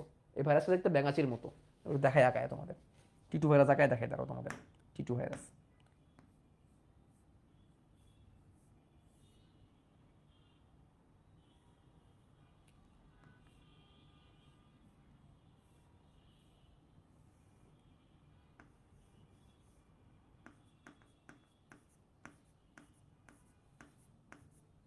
এই যে টিটু ভাইরাস, হ্যাঁ, এর মাথায় থাকে DNA। এই যে টিটু ভাইরাস, এর নাম টিটু কেন? কারণ টিটু ইজ কামিং ফ্রম টেটপোল। টেটপোল কি বলো? টেটপোল কি? ব্যাঙাচি। এইখান থেকে টি শব্দটা আসছে। ঠিক আছে, টি অনেকগুলো আছে, T2 T4 T6 অনেকগুলো আছে, T2 T4 T6 এরকম অনেকগুলো আছে। টি ইজ কামিং ফ্রম টেটপোল, ব্যাঙাচির মতো দেখতে। এই ভাইরাসটা আবিষ্কার করেছেন বিজ্ঞানী টর্ট। এই নামটাও জানতে হবে। এখন দেখো তোমরা বলতে পারো ভাই তোর নাম কেন, আপনি পড়াচ্ছেন, রাইট? কোনগুলা থেকে পরীক্ষা প্রশ্ন আসছে এখন পর্যন্ত আমি তোমাদের বলি। ডিমিট্রি আইভানোভস্কি ভাইরাসের জনক, পরীক্ষায় প্রশ্ন আসছে। সর্বপ্রথম আবিষ্কৃত উদ্ভিদ ভাইরাস কোনটা? TMV, পরীক্ষায় আসছে। তারপরে তামাক গাছ, টোবাকো মোজাইকে ক্রিস্টাল কে করেন? স্ট্যানলি, পরীক্ষায় আসছে। বায়োলজি জনক কে? স্ট্যানলি, পরীক্ষায় আসছে। ভাইরাসের রাসায়নিক বৈশিষ্ট্য নিউক্লিক অ্যাসিড আর পুরিন কে বর্ণনা করছেন? বদেন পিরি, এটা পরীক্ষায় আসছে। সায়ানোফাজ আবিষ্কার করছেন কে? শেফারম্যান মরিস, বোর্ড পরীক্ষায় আসছে। এইচআই আবিষ্কারক কে? HIV আবিষ্কারক কে? গেল, পরীক্ষায় আসছে। ভাইরাস জীব না, ভাইরাস জ্বর না, ভাইরাস জীব জ্বরের মধ্যবর্তী, ভাইরাস কে বলছে? লফ, পরীক্ষায় আসছে। টট, এটা মনে হয় জাহাঙ্গীরনগরে আসছে। এই জন্য আমি তোমাদের পড়াইছি। এবং তোমাদের বইয়ের মধ্যে কিভাবে আওলায়া লিখছে এটা তোমরা দেখছো? তোমাদের বইয়ের মধ্যে কত এলোমেলো করে লিখছে এটাকে। হুম। একজন বলছো ভাইয়া আপনি অনেক ডিপলি রিসার্চ করে এগুলো বের করে পড়াচ্ছেন, গোড়ার ডিম। এগুলো সবই বইয়ে আছে। এগুলো সবই বইয়ে আছে, দাঁড়া দেখাই।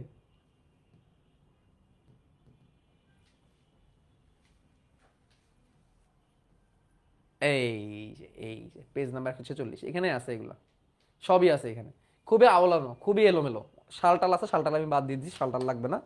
এই যে এখানে লেখা আছে, এই দেখো লেখা আছে কই কই কই কই 1 টন তামাক কই গেল। ওই, এই যে স্ট্যানলি মোজাইক আক্রান্ত 1 টন তামাক পাতা থেকে মাত্র 1 চামচ পরিমাণ ভাইরাস ক্রিস্টাল সংগ্রহ করেন। ঠিক আছে। তারপরে যে বদেন এবং পিরি টিএমবি কে নিউক্লিক অ্যাসিড প্রোটিন দিয়ে তৈরি বলছেন। শেফারম্যান সায়ানোফাজ আবিষ্কার করছেন। তারপরে বিজ্ঞানী লভ ভাইরাসের প্রকৃতি সম্পর্কে বলছেন, ভাইরাসের জীবনও জড়ও না।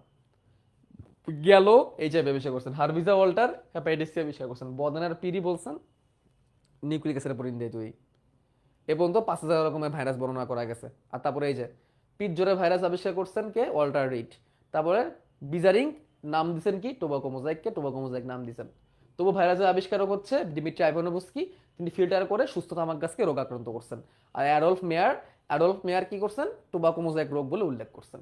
আর এডওয়ার্ড জেনার সর্বপ্রথম ভাইরাস আক্রান্ত বসন্ত রোগের কথা উল্লেখ করছেন। এই দেখো তোমাদের বইয়ের লাইনগুলাই রে ভাই, আমি ওগুলাই লিখছি এখানে। আর 2019 সালে সর্বশেষ আবিষ্কৃত ভাইরাস হচ্ছে নোবেল করোনা ভাইরাস। এই পর্যন্ত ভাই 5,000 রকমের ভাইরাস ফর্ম করে আলোচনা করা হয়েছে। তোমাদের লাইনগুলোই আমি এখানে বলছি, বইয়ের কথাগুলো এখানে বলছি। ঠিক আছে। আচ্ছা, তারপর দেখো এখানে একটা কথা আছে, একটু চাইলে পড়তে পারো। 1 চামচ সমুদ্রের পানিতে 1 মিলিয়ন ভাইরাস থাকে। এটা জাস্ট এমনি জাস্ট জানার জন্য। স্ট্যানলিকে যে ভাইরোলজি জনক বলা হয়, হ্যাঁ, এই যে এখানে জানাই রাখো এটা। তো এগুলাই আমি বলছি, আমি এখানে বই আর দাগাইলাম না, স্যালাইডে তো দিয়ে দিছি। আর এই যে ভাইরাস কি, এই যে দেখো সংজ্ঞা এখান থেকে দাগাও।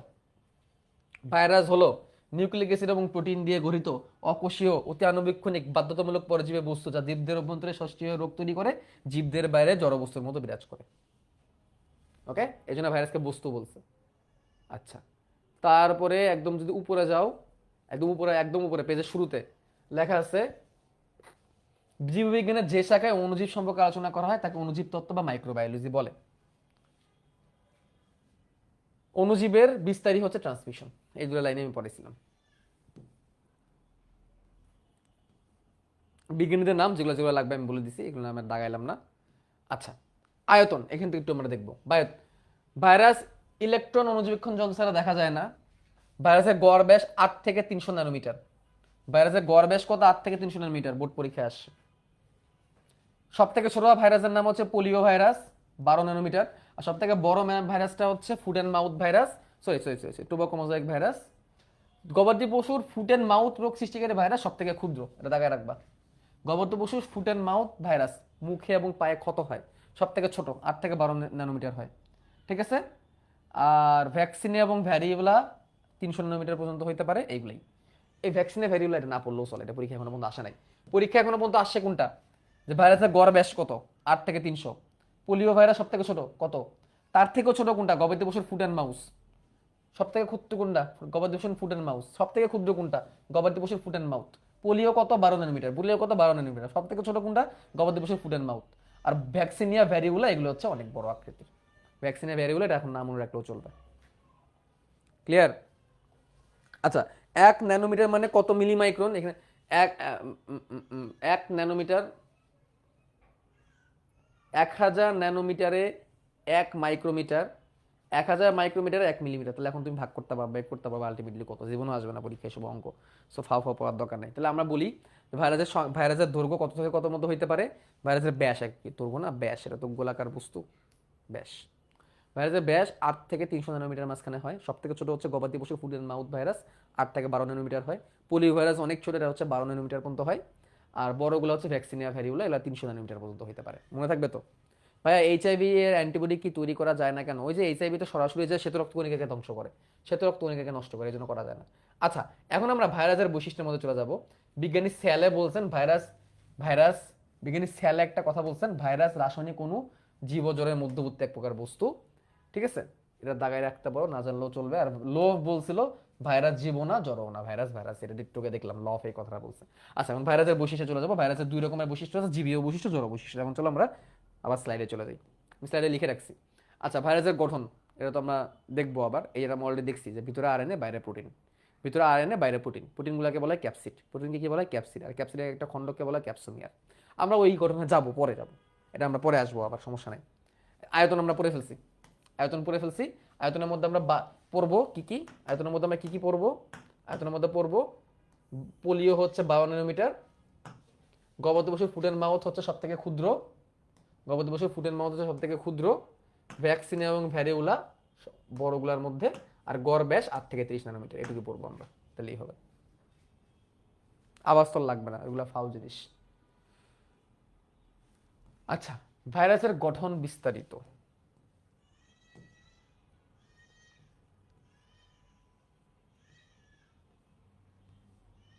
আচ্ছা ভাইরাসের বিস্তারিত গঠন,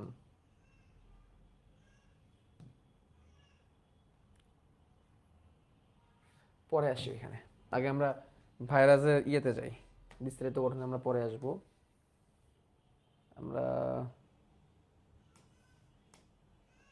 পরে আসব, আমরা ভাইরাসের জড় রাসায়নিক বৈশিষ্ট্য, জীবিত বৈশিষ্ট্যগুলো দেখি। দেখো প্রথম কথা, ভাইরাসের জড় বৈশিষ্ট্যগুলো আমরা দেখব, কোষ নয়, কারণ কারণ সাইটোপ্লাজম ও কোষ ঝিল্লি নেই। ভাইরাস কি না, কোষ না, সবার প্রথম কথা। এনজাইম নাই, ভাইরাসের কোনো এনজাইম নাই, মনে রাখবা ভাইরাসের নিজস্ব কোনো এনজাইম নাই, এনজাইম নাই, যেগুলো আসলে জীবের থাকে। তবে হ্যাঁ এখানে একটা ব্যতিক্রম আছে, ব্যতিক্রমটা হচ্ছে কিছু রিট্রো ভাইরাস আছে, নাম হয়তো বা শুনছো এইচআইভি, কিছু রিট্রো ভাইরাস আছে, কিছু রিট্রো ভাইরাস আছে যাদের মধ্যে রিভার্স ট্রান্সক্রিপ্টেস এনজাইম থাকে, ট্রান্সক্রিপ্টেস এনজাইম থাকে, মনে আছে?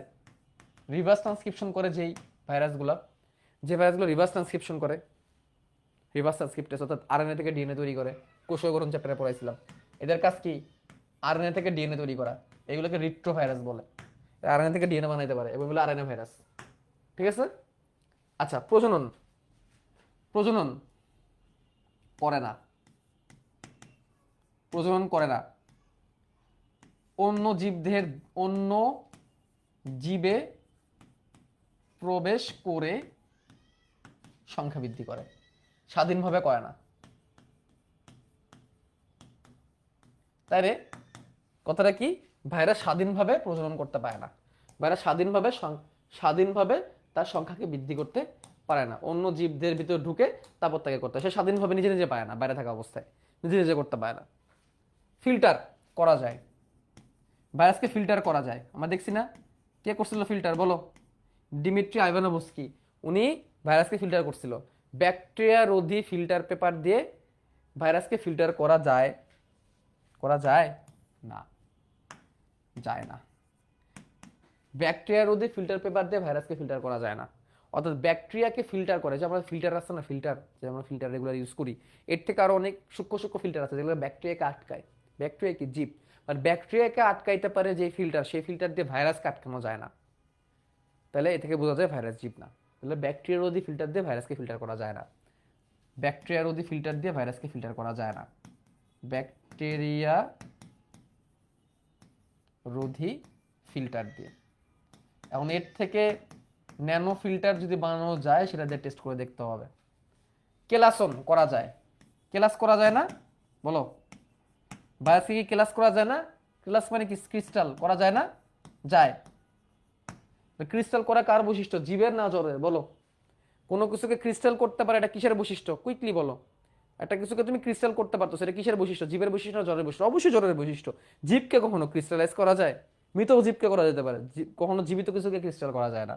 সেন্ট্রিফিউজ করা যায়, সেন্ট্রিফিউজ মানে কি, সেন্ট্রিফিউজ তো একটা মেশিন, যে মেশিনে টেস্ট টিউবের মধ্যে কোনো কিছুকে রাখলে তারপর তুমি যদি সেই মেশিনকে অন করো, সেই মেশিন এরকম জোরে জোরে জোরে জোরে জোরে ঘুরে। ঘোরার ফলে কি হয়, উপরে আর নিচে বস্তুর ভর অনুসারে কয়েকটা লেয়ারে বস্তুটা ভাগ হয়ে যায়। যেমন রক্তকে তুমি যদি সেন্ট্রিফিউজ করো, একটা টেস্ট টিউবে নিয়ে, একটা টেস্ট টিউবের মধ্যে তুমি রক্ত নিবা, নিয়ে সেন্ট্রিফিউজ মেশিনে ঢুকাই দিবা, টেস্ট টিউবটাকে ঢুকায় সেন্ট্রিফিউজ মেশিনটা অন করে দিবা, মেশিনটা জোরে ঘুরবে, রক্তটা জোরে জোরে ঘুরবে মেশিনের ভিতরে, এবং কতক্ষণ ঘুরানোর পর তুমি বের করে যদি নিয়ে আসো, দেখবা রক্তরস আর রক্তকণিকা আলাদা হয়ে যাবে, রক্তকণিকাগুলো নিচে পড়ে থাকবে, রক্তরস উপরে থাকবে। এটাকে বলে সেন্ট্রিফিউজ। এবং এটা জড় বস্তুকে করা যায়, জীবিতকে করা যায় না। তাহলে ভাইরাসকে সেন্ট্রিফিউজও করা যায়, তাহলে ভাইরাস কি, জড়। ব্যাপন করা যায়, ভাইরাসকে কি করা যায়, ব্যাপন করা যায়। কোনো জীবিত বস্তুকে যে ব্যাপন করা যায় না, জড় বস্তুকে ব্যাপন করা যায়। ব্যাপন কার বৈশিষ্ট্য, বস্তুর বৈশিষ্ট্য। ওকে। সাসপেনশন মানে কি, কোনো তরলে মেশানো যায়।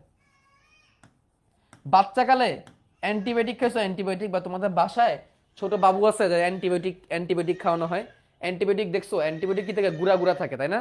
সেই গুঁড়ার মধ্যে পানি মিশাইতে হয়, পানি মিশায় সাসপেনশন তৈরি করতে হয়, তাও সেটা পরে খাওয়াইতে হয়। এরকম যদি দেখছো গুঁড়া থাকে ওষুধটা, সের মধ্যে পানি মিশায় গুলাইতে হয়, এটাকে সাসপেনশন বলে।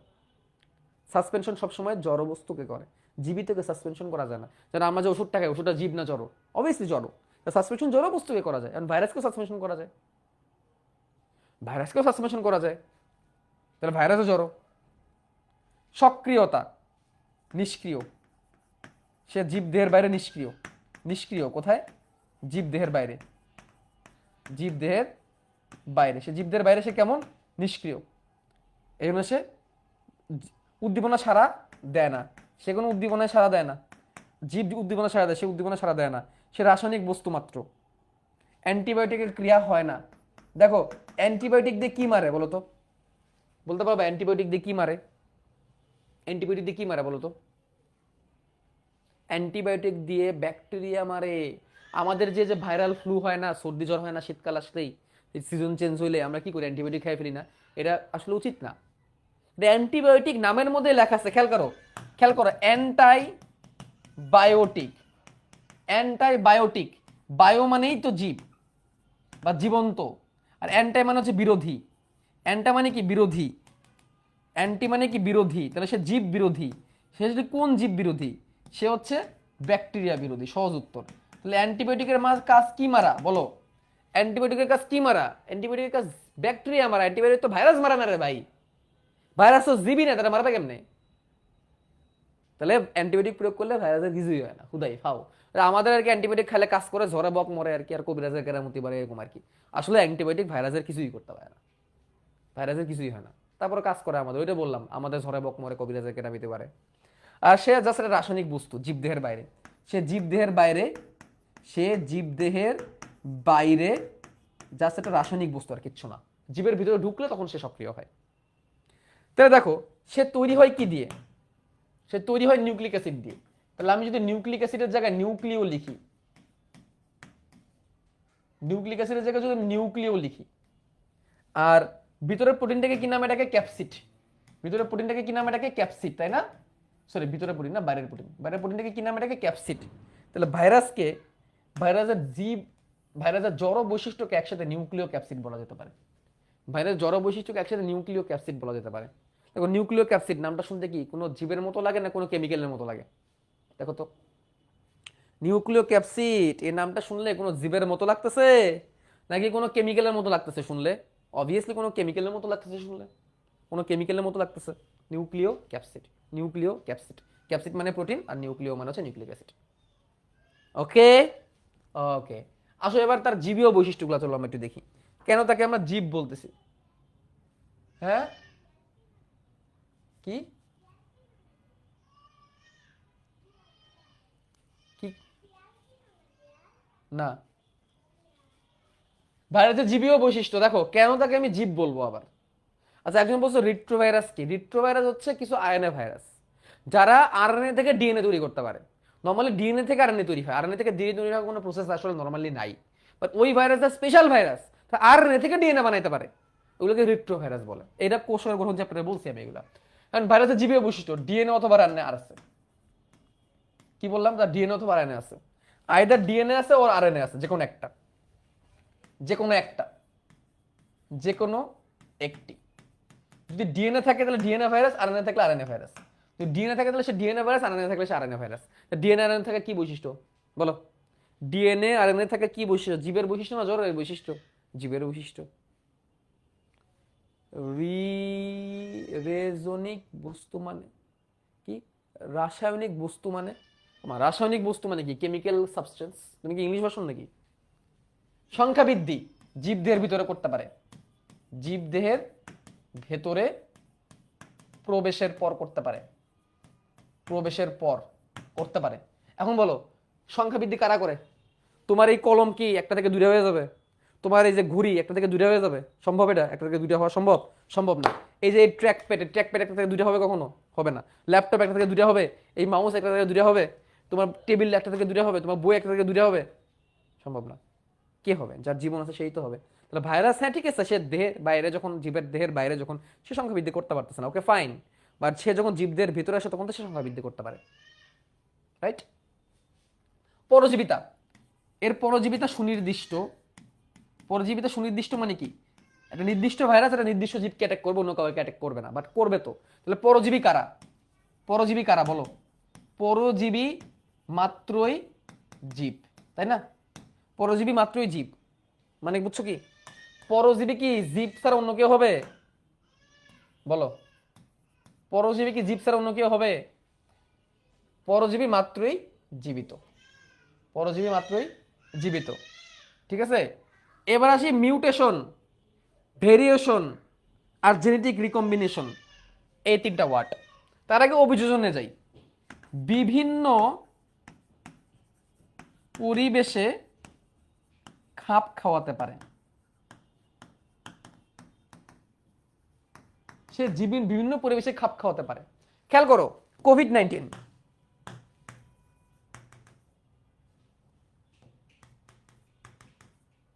চীনের ওয়াং শহরে অ্যাটাক করলো, তারপরে গ্লোবাল প্যান্ডেমিক হয়ে গেল, তারপরে গ্লোবাল প্যান্ডেমিক হয়ে গেল। চীনের ওয়াং শহরে হইলো এবং তারপর গ্লোবাল প্যান্ডেমিক হয়ে গেল। তারপরে কি? চীনের ওয়াং শহর থেকে একটা করোনা ভাইরাস আসলো, এসে সারা পৃথিবীতে একটা প্যান্ডেমিক তৈরি করে দিল, পৃথিবীর বিভিন্ন জায়গায় অ্যাটাক করে ফেললো। এখন বলো, চায়নার মানুষদের স্ট্রাকচারের সাথে আমাদের মানুষের স্ট্রাকচার কখনো মিলবে? কখনো মিলবে? মিলবে না তো। পৃথিবীর বিভিন্ন মানুষ, বিভিন্ন মানুষের বিভিন্ন রকমের বৈশিষ্ট্য, প্রত্যেকের শ্বসনতন্ত্র তো একরকম না। কোভিড কোথায় অ্যাটাক করে? শ্বসনতন্ত্রে অ্যাটাক করে। সবার শ্বসনতন্ত্র কখনো এক হইতে পারে? সম্ভব? কখনো তো সম্ভব না। সবার শ্বসনতন্ত্র একরকম না, বাট সবাইকে তো সে অ্যাটাক করছে, এবং সবাইকে বলতে যাকে সে অ্যাটাক করছে তার তো সে রোগ তৈরি করছে।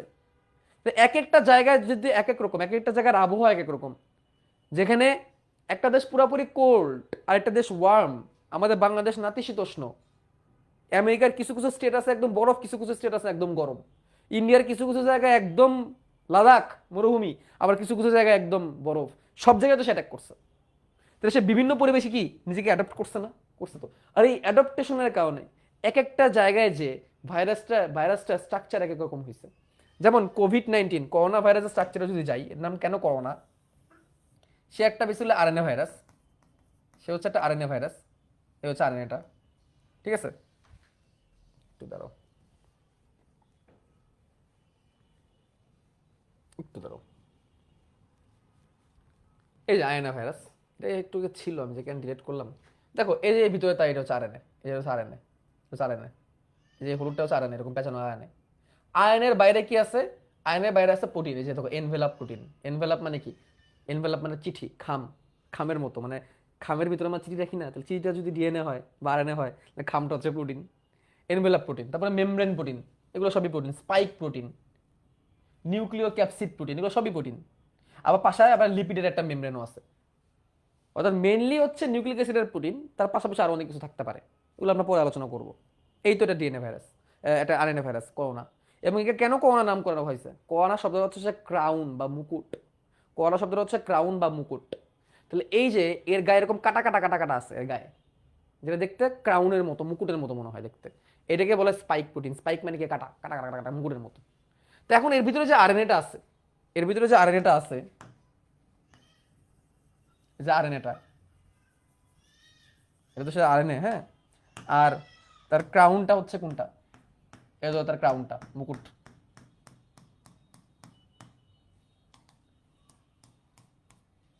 মুকুট, ক্রাউনটা। তো এই যে আরএনএ ভাইরাসটা বা করোনা ভাইরাসটা, এই করোনা ভাইরাসের আরএনএটা না পর্যায়ক্রমে পরিবর্তিত হয়েছে, পর্যায়ক্রমে পরিবর্তিত হয়েছে এই স্ট্রাকচারটা। কখনো হয়েছে ডেল্টা ভেরিয়েন্ট, কখনো হয়েছে ওমিক্রন ভেরিয়েন্ট। বিভিন্ন ভেরিয়েন্ট শুনছি না আমরা, বলো তো? বিভিন্ন ভেরিয়েন্টের নাম শুনছি না আমরা, অমুক ভেরিয়েন্ট অমুক ভেরিয়েন্ট, শুনছি কিনা বলো? করোনা থাকা গেলে এই বাচ্চা লোক, বিভিন্ন ভেরিয়েন্টের নাম শুনছো না? করোনার বিভিন্ন ভেরিয়েন্ট, অমুক ভেরিয়েন্ট অমুক ভেরিয়েন্ট, অনেকগুলো ভেরিয়েন্ট হয়েছে। এই ভেরিয়েন্ট মানে কি?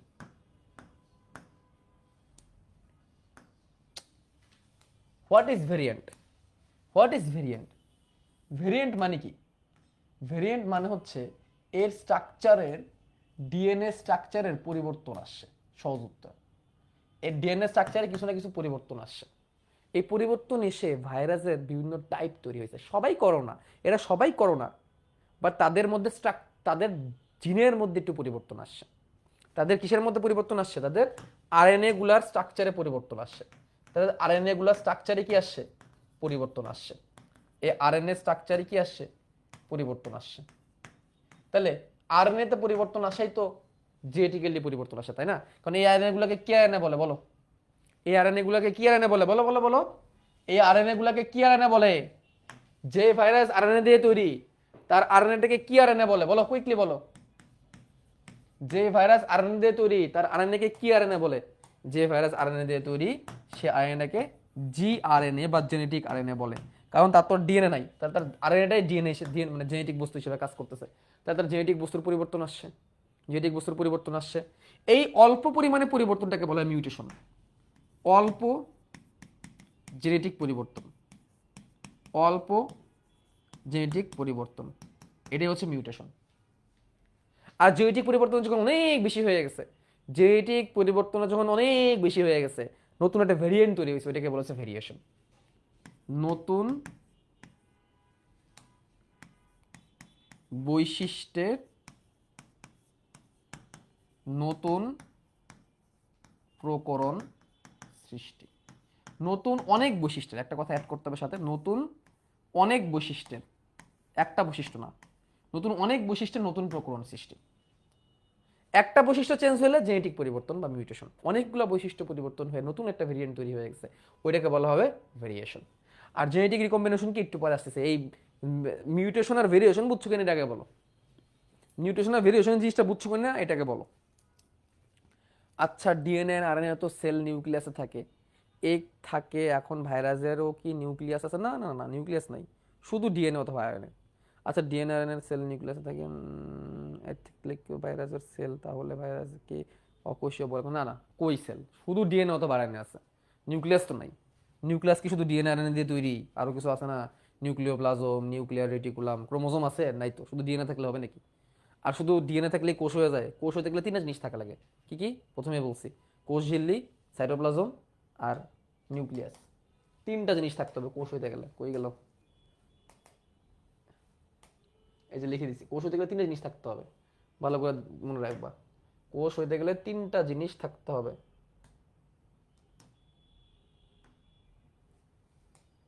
কি কি থাকতে হবে? কোষ ঝিল্লি, সাইটোপ্লাজম আর নিউক্লিয়াস। এগুলো আছে নাকি ওর মধ্যে? ওকে, এবার আসো একটু আমরা দেখি ভেরিয়েশন ব্যাপারটা কি। দেখো, Omicron variant, Omicron variant November 2021-এ অ্যাটাক করছিল, ঠিক আছে, রিস্ক ছিল হাই। তারপর ডেল্টা ভেরিয়েন্ট ডিসেম্বর 2020 অ্যাটাক করছিল। আলফা ভেরিয়েন্ট সেপ্টেম্বর 2020 অ্যাটাক করছিল। এই আলফা ভেরিয়েন্টটাই মনে হয়, আলফা না ডেল্টা, ইন্ডিয়া থেকে একটা আসছিল, যে ওমিক্রন একটা ছিল। বেটা ভেরিয়েন্ট মে 2020 অ্যাটাক করছিল। এগুলো সবই ভেরিয়েন্ট। কেমনে হয়েছে ভেরিয়েন্টগুলো? এগুলো মনে রাখতে হবে না, সেটা তোমাদের জানার জন্য দিচ্ছি। এটা এনটিকে, এটা এনটিকে, নাইস টু নো। হ্যাঁ, এটা জেনে রাখলে ভালো, মানে এটা মুখস্থ করা লাগবে না এক্সামের জন্য, না, নট ইম্পর্টেন্ট। হ্যাঁ, নট ইম্পর্টেন্ট। এইগুলোই তো ভেরিয়েন্ট, এইগুলোই হচ্ছে ভেরিয়েন্ট। ভেরিয়েন্ট তৈরি হয় কিভাবে?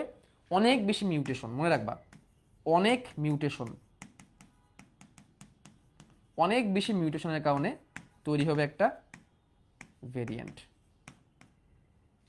অনেক বেশি মিউটেশন হয়ে কি তৈরি হবে, ভেরিয়েন্ট তৈরি হবে। ডিএনএ আরএনএ কই থাকে ভাইরাসের মধ্যে, এটা কেমন প্রশ্ন, এতক্ষণ কি পড়লাম তাহলে।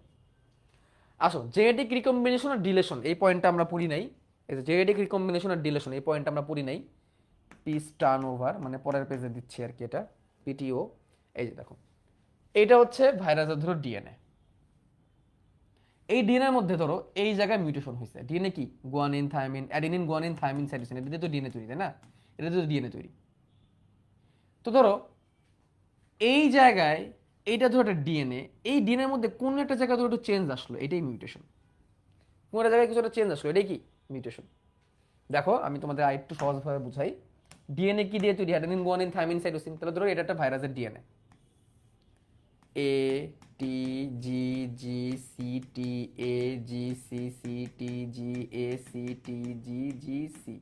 এটা ধরো একটা একটা সুতা, আর এটা ধরো আরেকটা সুতা, এ সি সি জি এ, এর অপোজিটে টি, জি এর অপোজিটে সি, সি এর অপোজিটে জি, সি এর অপোজিটে জি, এর অপোজিটে টি, জি এর অপোজিটে সি, এর অপোজিটে টি, সি এর অপোজিটে জি, টি এর অপোজিটে এ, জি এর অপোজিটে সি, সি জি। এই এটা তো একটা ভাইরাসের ডিএনএ, এটা তো একটা ভাইরাসের ডিএনএ। ডিএনএ তো অনেক বড় থাকে, আমরা অল্প করে লাগাইছি আর কি এটা। এখন হোয়াট ইজ মিউটেশন, আমি একদম লাস্ট বার বোঝাচ্ছি। হোয়াট ইজ মিউটেশন, দেখো একটা ভাইরাস যখন ডুপ্লিকেট হবে তখন কি ডিএনএ ডুপ্লিকেট হবে কিনা বলো। একটা ভাইরাস যখন ডুপ্লিকেট হয় তখন কি ডিএনএ ডুপ্লিকেট হয় না? অবশ্যই হয়।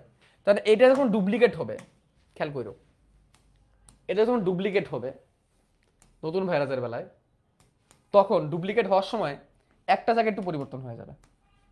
ধরো এখানে একটু পরিবর্তন হয়ে গেল, এখানে একটু পরিবর্তন হয়ে গেল, এখানে ছিল সাইটোসিন, এখানে চলে আসলো অ্যাডেনিন, এখানে চলে আসলো থায়ামিন, একটু পরিবর্তন হয়ে গেল, এটাই মিউটেশন। সামান্য একটু পরিবর্তন হলো, এটাই মিউটেশন।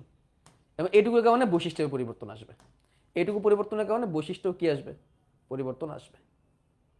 এটাই হচ্ছে মিউটেশন, এটাকে বলছে মিউটেশন সাইট, অর্থাৎ এই জায়গায় মিউটেশন হয়েছে, মিউটেশন। ওকে, আচ্ছা what is deletion, what is deletion, এটা এখন একটু শিখি। হোয়াট ইজ ডিলেশন, মিউটেশন তো হইলো, এখন আসি ডিলেশন। মিউটেশন তো বুঝলাম, এবার আসবো নতুন জিনিস, ডিলেশন। ডিলেশন শব্দটা কি ইন্ডিকেট করতেছে বলতো, ডিলেট করতেছে, ডিলেশন। ডিলেশন মানে কি, ডিলেট হওয়া, ডিলেট হয়ে যাবে, ডিএনএ এখান থেকে হারাই যাবে, এখান থেকে ডিএনএ হারাই যাবে, কিছু অংশ, কিছু অংশ নষ্ট হয়ে যাবে।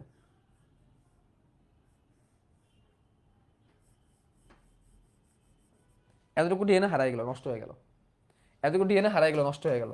অর্থাৎ এরপরে যে ডিএনএটা তৈরি হবে ডিলেশনের ফলে, এরপরে যে ডিএনএটা তৈরি হবে ডিলেশনের ফলে, এইখানে ধরো এতগুলা জিন থাকবেই না, এতগুলা জিন থাকবেই না, এতগুলা জিন থাকবেই না। ডিএনএটা কি ছোট হয়ে গেল না, বলো তো, ডিএনএটা ছোট হয়ে গেল না? এই ডিএনএ যদি ছোট হয়ে যায়, তো এখানে তো কিছু বৈশিষ্ট্য ছিল, তাই না? আরে এখানে তো কিছু বৈশিষ্ট্য ছিল, এই বৈশিষ্ট্যগুলো হারাই গেছে, বৈশিষ্ট্যগুলো কি হয়ে গেছে, হারাই গেছে, এটাই বলছে যেখানে ডিএনএ হয়েছে। তাহলে পুরো ডিএনএ যদি এইটুকু থাকে, পুরো ডিএনএ যদি এইটুকু থাকে, এখান থেকে যদি এইটুকু জায়গা বাদ পড়ে যায়, তাহলে ডিএনএটা কি ছোট হয়ে যাবে না? ক্রোমোজোমটা এভাবে ছোট হয়ে যাবে, যদিও ভাইরাসের ক্রোমোজোম নাই, এটা বোঝানোর জন্য দেখানো হয়েছে, এটাকে বলে ডিলেশন। আর যদি কোনো ডিএনএ হারায় যায় বা কোনো একটা বৈশিষ্ট্য যদি হারায় যায়, তাহলে ভাইরাসটা কি দুর্বল হবে না সবল হবে বলো? ভাইরাসটি দুর্বল হবে না সবল হবে? ভাইরাসটা আস্তে দুর্বল হয়ে যাবে। এভাবে করোনা ভাইরাস আস্তে আস্তে দুর্বল হয়ে গেছে, বহুত ভাইরাস এভাবে দুর্বল হয়ে যায়, করোনা ভাইরাস এভাবে ডিলেশনের কারণে দুর্বল হয়ে গেছে। কেন ডিলেশন হয়, এটা হয় অনেক কারণেই হইতে পারে, এটা আসলে স্পেসিফিক বলা যায় না, বাট এইভাবেই আস্তে আস্তে কি হয়, ডিলেট হয়। তাহলে এই হচ্ছে ভাইরাসের জেনেটিক রিকম্বিনেশন হয় এবং ডিলেশন হয়। তো জেনেটিক রিকম্বিনেশন, ডিলেশন বুঝাইছি। তাহলে এই কয়েকটা কারণে ভাইরাসকে আমরা জীব আর জীব বলতে পারি, কি বলতে পারি, জীব বলতে পারি। এখন যদি আমরা মেন বইয়ে আসি, এই কথাগুলো দেখেন স্যার এখানে লিখছে, ভাইরাসের জৈব রাসায়নিক বৈশিষ্ট্য, ভাইরাস অকোষীয়, অত্যানুবীক্ষণিক, সাইটোপ্লাজম কোষ ঝিল্লি, এগুলো কিচ্ছু নাই, কিচ্ছু নাই। এদের নিজস্ব কোনো এনজাইম নাই, খাদ্য গ্রহণ করে না, পুষ্টিও নাই। ভাইরাস জীবকোষ ছাড়া স্বাধীনভাবে প্রজনন করতে পারে না, ফিল্টার দিয়ে ফিল্টার করা যায় না, কেলাস করা যায়, সেন্ট্রিফিউজ করা যায়, ব্যাপন করা যায়, সাসপেনশন করা যায়, তোলানি করা যায়। ভাইরাস রাসায়নিক কণার মতো নিষ্ক্রিয়, তার কোনো দেহের বৃদ্ধি নাই, পরিবেশের উদ্দীপনা সাড়া দেয় না, রাসায়নিকভাবে প্রোটিন আর নিউক্লিক অ্যাসিড দিয়ে তৈরি, অ্যান্টিবায়োটিকের ফলে এর কোনো এফেক্ট হয় না। এগুলো হচ্ছে কিসের বৈশিষ্ট্য, জড় বৈশিষ্ট্য, এটা সিকিউতে লিখতে হবে। আর জীবীয় বৈশিষ্ট্য কি, ভাইরাস পোষক দেহের ভিতরে সংখ্যা বৃদ্ধি করতে পারে, নতুন ভাইরাসটা তার মাতৃভাইরাসের বৈশিষ্ট্য বজায় রাখে, অর্থাৎ সেম সেম ভাইরাস তৈরি হয়, যেটা কোষ বিভাজনের মতো, তার ভিতরে ডিএনএ অথবা আরএনএ পাওয়া যায়, এটাও জীবের বৈশিষ্ট্য। তারপরে সে বাধ্যতামূলক পরজীবী, পরজীবী হইতে গেলে তো অবশ্যই জীব হইতে হবে, তাই না? তার মিউটেশন হয়, মিউটেশনকে বাংলায় বলে পরিব্যক্তি, এবং ভেরিয়েশন হয়, ভেরিয়েশনকে বাংলায় বলে প্রকরণ। এর অভিযোজন ক্ষমতা আছে, জেনেটিক রিকম্বিনেশন হইতে পারে। জেনেটিক রিকম্বিনেশন মানে কি? জেনেটিক রিকম্বিনেশন মানে জিনের মধ্যে একটু চেঞ্জ হওয়া, জিনের মধ্যে কি হয়, চেঞ্জ হয়, একটা জিনের মাঝখানে একটা জিন ঢুকে যায়, এরকম হইতে পারে।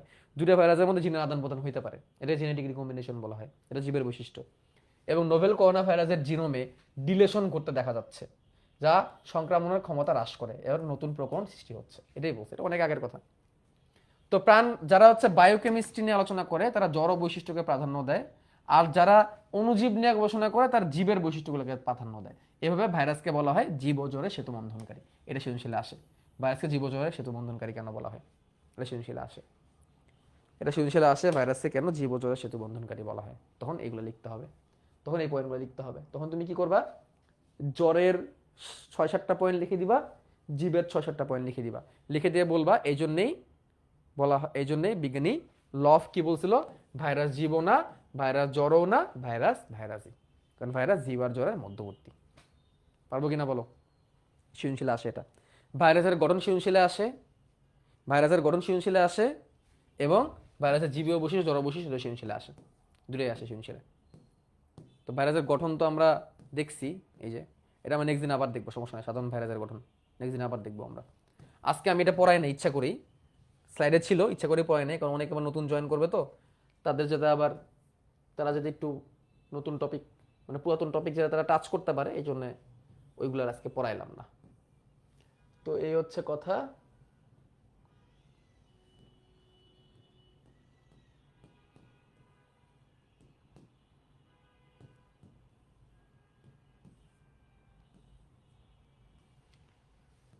কেমন লাগলো ক্লাস? নতুন পড়া, নতুন টপিক। তাহলে আমি যদি সামারি করি, আজকে আমি কি কি পড়লাম? আজকে আমরা পড়লাম মাইক্রোবায়োলজি কি, জীববিজ্ঞানের যে শাখায় ক্ষুদ্র ক্ষুদ্র জীব নিয়ে আলোচনা করা হয় এটাকে বলা হয় মাইক্রোবায়োলজি। আর এই অণুজীবের বিস্তারকে বলা হয় ট্রান্সমিশন। আমরা ভাইরাস নিয়ে পড়বো, ব্যাকটেরিয়া নিয়েও পড়বো, ব্যাকটেরিয়া নিয়েও পড়বো। ভাইরাস কি? ভাইরাস হচ্ছে অতি আণুবীক্ষণিক বাধ্যতামূলক পরজীবী সত্তা, যা অকোষীয়, জীবদের বাইরে নিষ্ক্রিয় থাকে, জীবদের ভিতরে সক্রিয় হয়ে রোগ সৃষ্টি করে, এবং সে নিউক্লিক অ্যাসিড এবং প্রোটিন দিয়ে তৈরি। আমার টোবাকো মোজাইক ভাইরাসের স্ট্রাকচার দেখছি, যেটা ভিতরে থেকে আরএনএ আর বাইরে থেকে প্রোটিন, প্রোটিনগুলোকে বলা হয় ক্যাপসিলিয়ার, ক্যাপসিলিয়ার একটা খণ্ডককে বলা হয় ক্যাপসোমিয়ার। এই পর্যন্ত 5000 রকমের ভাইরাসের বর্ণনা করা গেছে। বিজ্ঞানী এডওয়ার্ড জেনার সর্বপ্রথম বসন্ত রোগের জন্য ভাইরাসকে দায়ী করেন। তারপরে বিজ্ঞানী অ্যাডলফ মেয়ার সর্বপ্রথম এই তামাকের মোজাইকের জন্য যে ভাইরাস দেয় এটা তিনি বলছেন, এবং সর্বপ্রথম আবিষ্কৃত ভাইরাসটা হচ্ছে টোবাকো মোজাইক ভাইরাস। ডিমিট্রি আইভানোভিচকে ভাইরাসের জনক বলা হয়, কারণ তিনি রোগাক্রান্ত ভাইরাস পাতা থেকে ফিল্টার করে রস নিয়ে আরেকটা বাসকে রোগাক্রান্ত করতে পারছে, এই জন্য তাকে ভাইরাসের জনক বলা হয়। তবে স্ট্যানলি সেই 1 টন তামাক পাতা যেটা ভাইরাসে আক্রান্ত, সেখান থেকে 1 চামচ ভাইরাসে ক্রিস্টাল করছেন, এবং এই কারণে তাকে ভাইরোলজির জনক বলা হয় বিজ্ঞানী স্ট্যানলিকে। বদেনার পিরি বলছেন ভাইরাস আসলে নিউক্লিক অ্যাসিডের প্রোটিন দিয়ে তৈরি। বিজ্ঞানী ওয়াল্টার রিড ইয়েলো ফেভার বা পিট জ্বরে ভাইরাস আক্রমণ করছে, আবিষ্কার করছেন। বিজ্ঞানী শেফারম্যান হচ্ছে সায়ানোফাস ভাইরাসের আবিষ্কারক। বিজ্ঞানী গ্যালো হচ্ছে এইস এর আবিষ্কারক। বিজ্ঞানী লভ বলছেন ভাইরাস জীবনা জ্বরও না, এবং স্যালা বলছেন জীবজ্বরের মধ্যবর্তীকারী একটা সেতু বন্ধনকারী একটা বস্তু হচ্ছে ভাইরাস। আর বিজ্ঞানী টড এই টি2 ভাইরাসকে আক্রমণ চিহ্নিত করছেন। ভাইরাসের সাইজটা হচ্ছে 8 থেকে 300 ন্যানোমিটার মাঝখানে থাকে। এর মধ্যে 8 থেকে 12 ন্যানোমিটার হচ্ছে সব থেকে ছোট ভাইরাস, যেটা হচ্ছে গবাদি পশুর food and mouth virus. Polio ভাইরাসের সাইজটা থাকে 12 ন্যানোমিটার। আর 280 থেকে 300 ন্যানোমিটার মধ্যে থাকে ভ্যারিওলা এবং ভ্যাকসিনিয়া এবং ভ্যারিওলা। 1 চামচ সমুদ্রের পানিতে 1 মিলিয়নের মতো ভাইরাস থাকে না, এরকম কি জানি একটা কথা লিখছে, যাই হোক লাগবে না। তারপর আমরা ভাইরাসের জড় বৈশিষ্ট্যগুলো দেখছি। জড় বৈশিষ্ট্যগুলোর মধ্যে প্রথম কথা হচ্ছে সে কোষ না, তার কোনো কোষে কোনো অঙ্গাণু কিচ্ছু নাই, তার কোনো এনজাইম নাই, তার কোনো পুষ্টি নাই, কোনো বিপাক নাই। তবে কিছু কিছু ভাইরাসে রিভার্স ট্রান্সক্রিপ্টেজ এনজাইম থাকতে পারে, ঠিক আছে। ভাইরাসের ভাইরাস সে স্বাধীনভাবে কোনো প্রজনন করতে পারে, অন্য জীবদের ভিতরে তাকে প্রজনন করতে হয়। ভাইরাসকে ফিল্টার করা যায় না, ব্যাকটেরিয়া দিয়ে ফিল্টার পেপার দিয়ে ভাইরাসকে কি করা যায়, ফিল্টার করা যায়। তবে ভাইরাসকে ক্রিস্টালাইজ করা যায়, যেটাকে বিজ্ঞানী স্ট্যানলি করছিল। ভাইরাসকে সেন্ট্রিফিউজ করা যায়, তোলানি করা যায়, সাসপেনশন করা যায়, ব্যাপন করা যায়, যেগুলো সব জড় বৈশিষ্ট্য। ভাইরাস কোনো উদ্দীপনা ছাড়া দেয় না। ভাইরাসের কোনো বৃদ্ধি নেই, জীবদের সে নিষ্ক্রিয় হিসেবে থাকে এবং অ্যান্টিবায়োটিকের কোনো ক্রিয়া তার মধ্যে হয় না, যার কারণে ভাইরাসকে জ্বর বলা হয়। আবার ভাইরাসের কিছু জীবিত বৈশিষ্ট্য আছে, যেমন ভাইরাসের মধ্যে ডিএনএ আরএনএ আছে, যেটা কিনা জীবের বৈশিষ্ট্য, ভাইরাস সংখ্যা বৃদ্ধি করতে পারে, অন্য জীবদের ভিতরে ঢুকে সেটা সংখ্যা বৃদ্ধি করতে পারে। সে একটা বাধ্যতামূলক পরজীবী। পরজীবী হইতে গেলে তো অবশ্যই জীব হইতে হবে, তার মিউটেশন হয়, তার জিনের পরিবর্তন হয়, জেনেটিক রিকম্বিনেশনও হয়, এবং এর ফলে তার ভেরিয়েশনও হয়, ডিলেশনও হয়। এগুলো সবই হচ্ছে জড় বৈশিষ্ট্য। এবং ভাইরাস কিন্তু অ্যাডাপ্টিবিলিটিও করতে পারে, ভাইরাস অন্য একটা পরিবেশের সাথে নিজেকে অ্যাডাপ্ট করতে পারে। What is mutation? জেনেটিক পরিবর্তন। সামান্য জেনেটিক পরিবর্তনকে মিউটেশন বলা হয়। আর মিউটেশন যখন অনেক বড় আকার ধারণ করে তখন সেটাকে বলে ভেরিয়েশন, এবং ভেরিয়েন্ট হয় এভাবে। আর কোনো জিন হারায় যাওয়া, কোনো জিনের ডিলিট হয়ে যাওয়াকে বলা হয় ডিলেশন। এবং এই পর্যন্ত আমাদের আজকে আলোচনা। Thank you very much. তোমরা অবশ্যই রম্বস পাবলিকেশন থেকে বই অর্ডার দিয়ে নিও, যারা যারা বই কিনো নাই রম্বস পাবলিকেশন থেকে বই অর্ডার দিয়ে নিও, ঠিক আছে? রম্বস পাবলিকেশনে সাইকেল 3 বই কিনতে পারবা। থ্যাংক ইউ, তোমাদের সাথে আবার দেখা হচ্ছে পরশুদিন। আমরা নতুন টপিক পড়ব। যারা আর্কাইভ ক্লাস করছো, ভেরি নাইস, দ্যাটস ফাইন, কিন্তু নতুন ক্লাসের মধ্যে আরো মজা পাবা, এটুকু আমি শিওর বলতে পারি। নতুন ক্লাসে আরো মজা বেশি পাবা। থ্যাংক ইউ, আল্লাহ হাফেজ।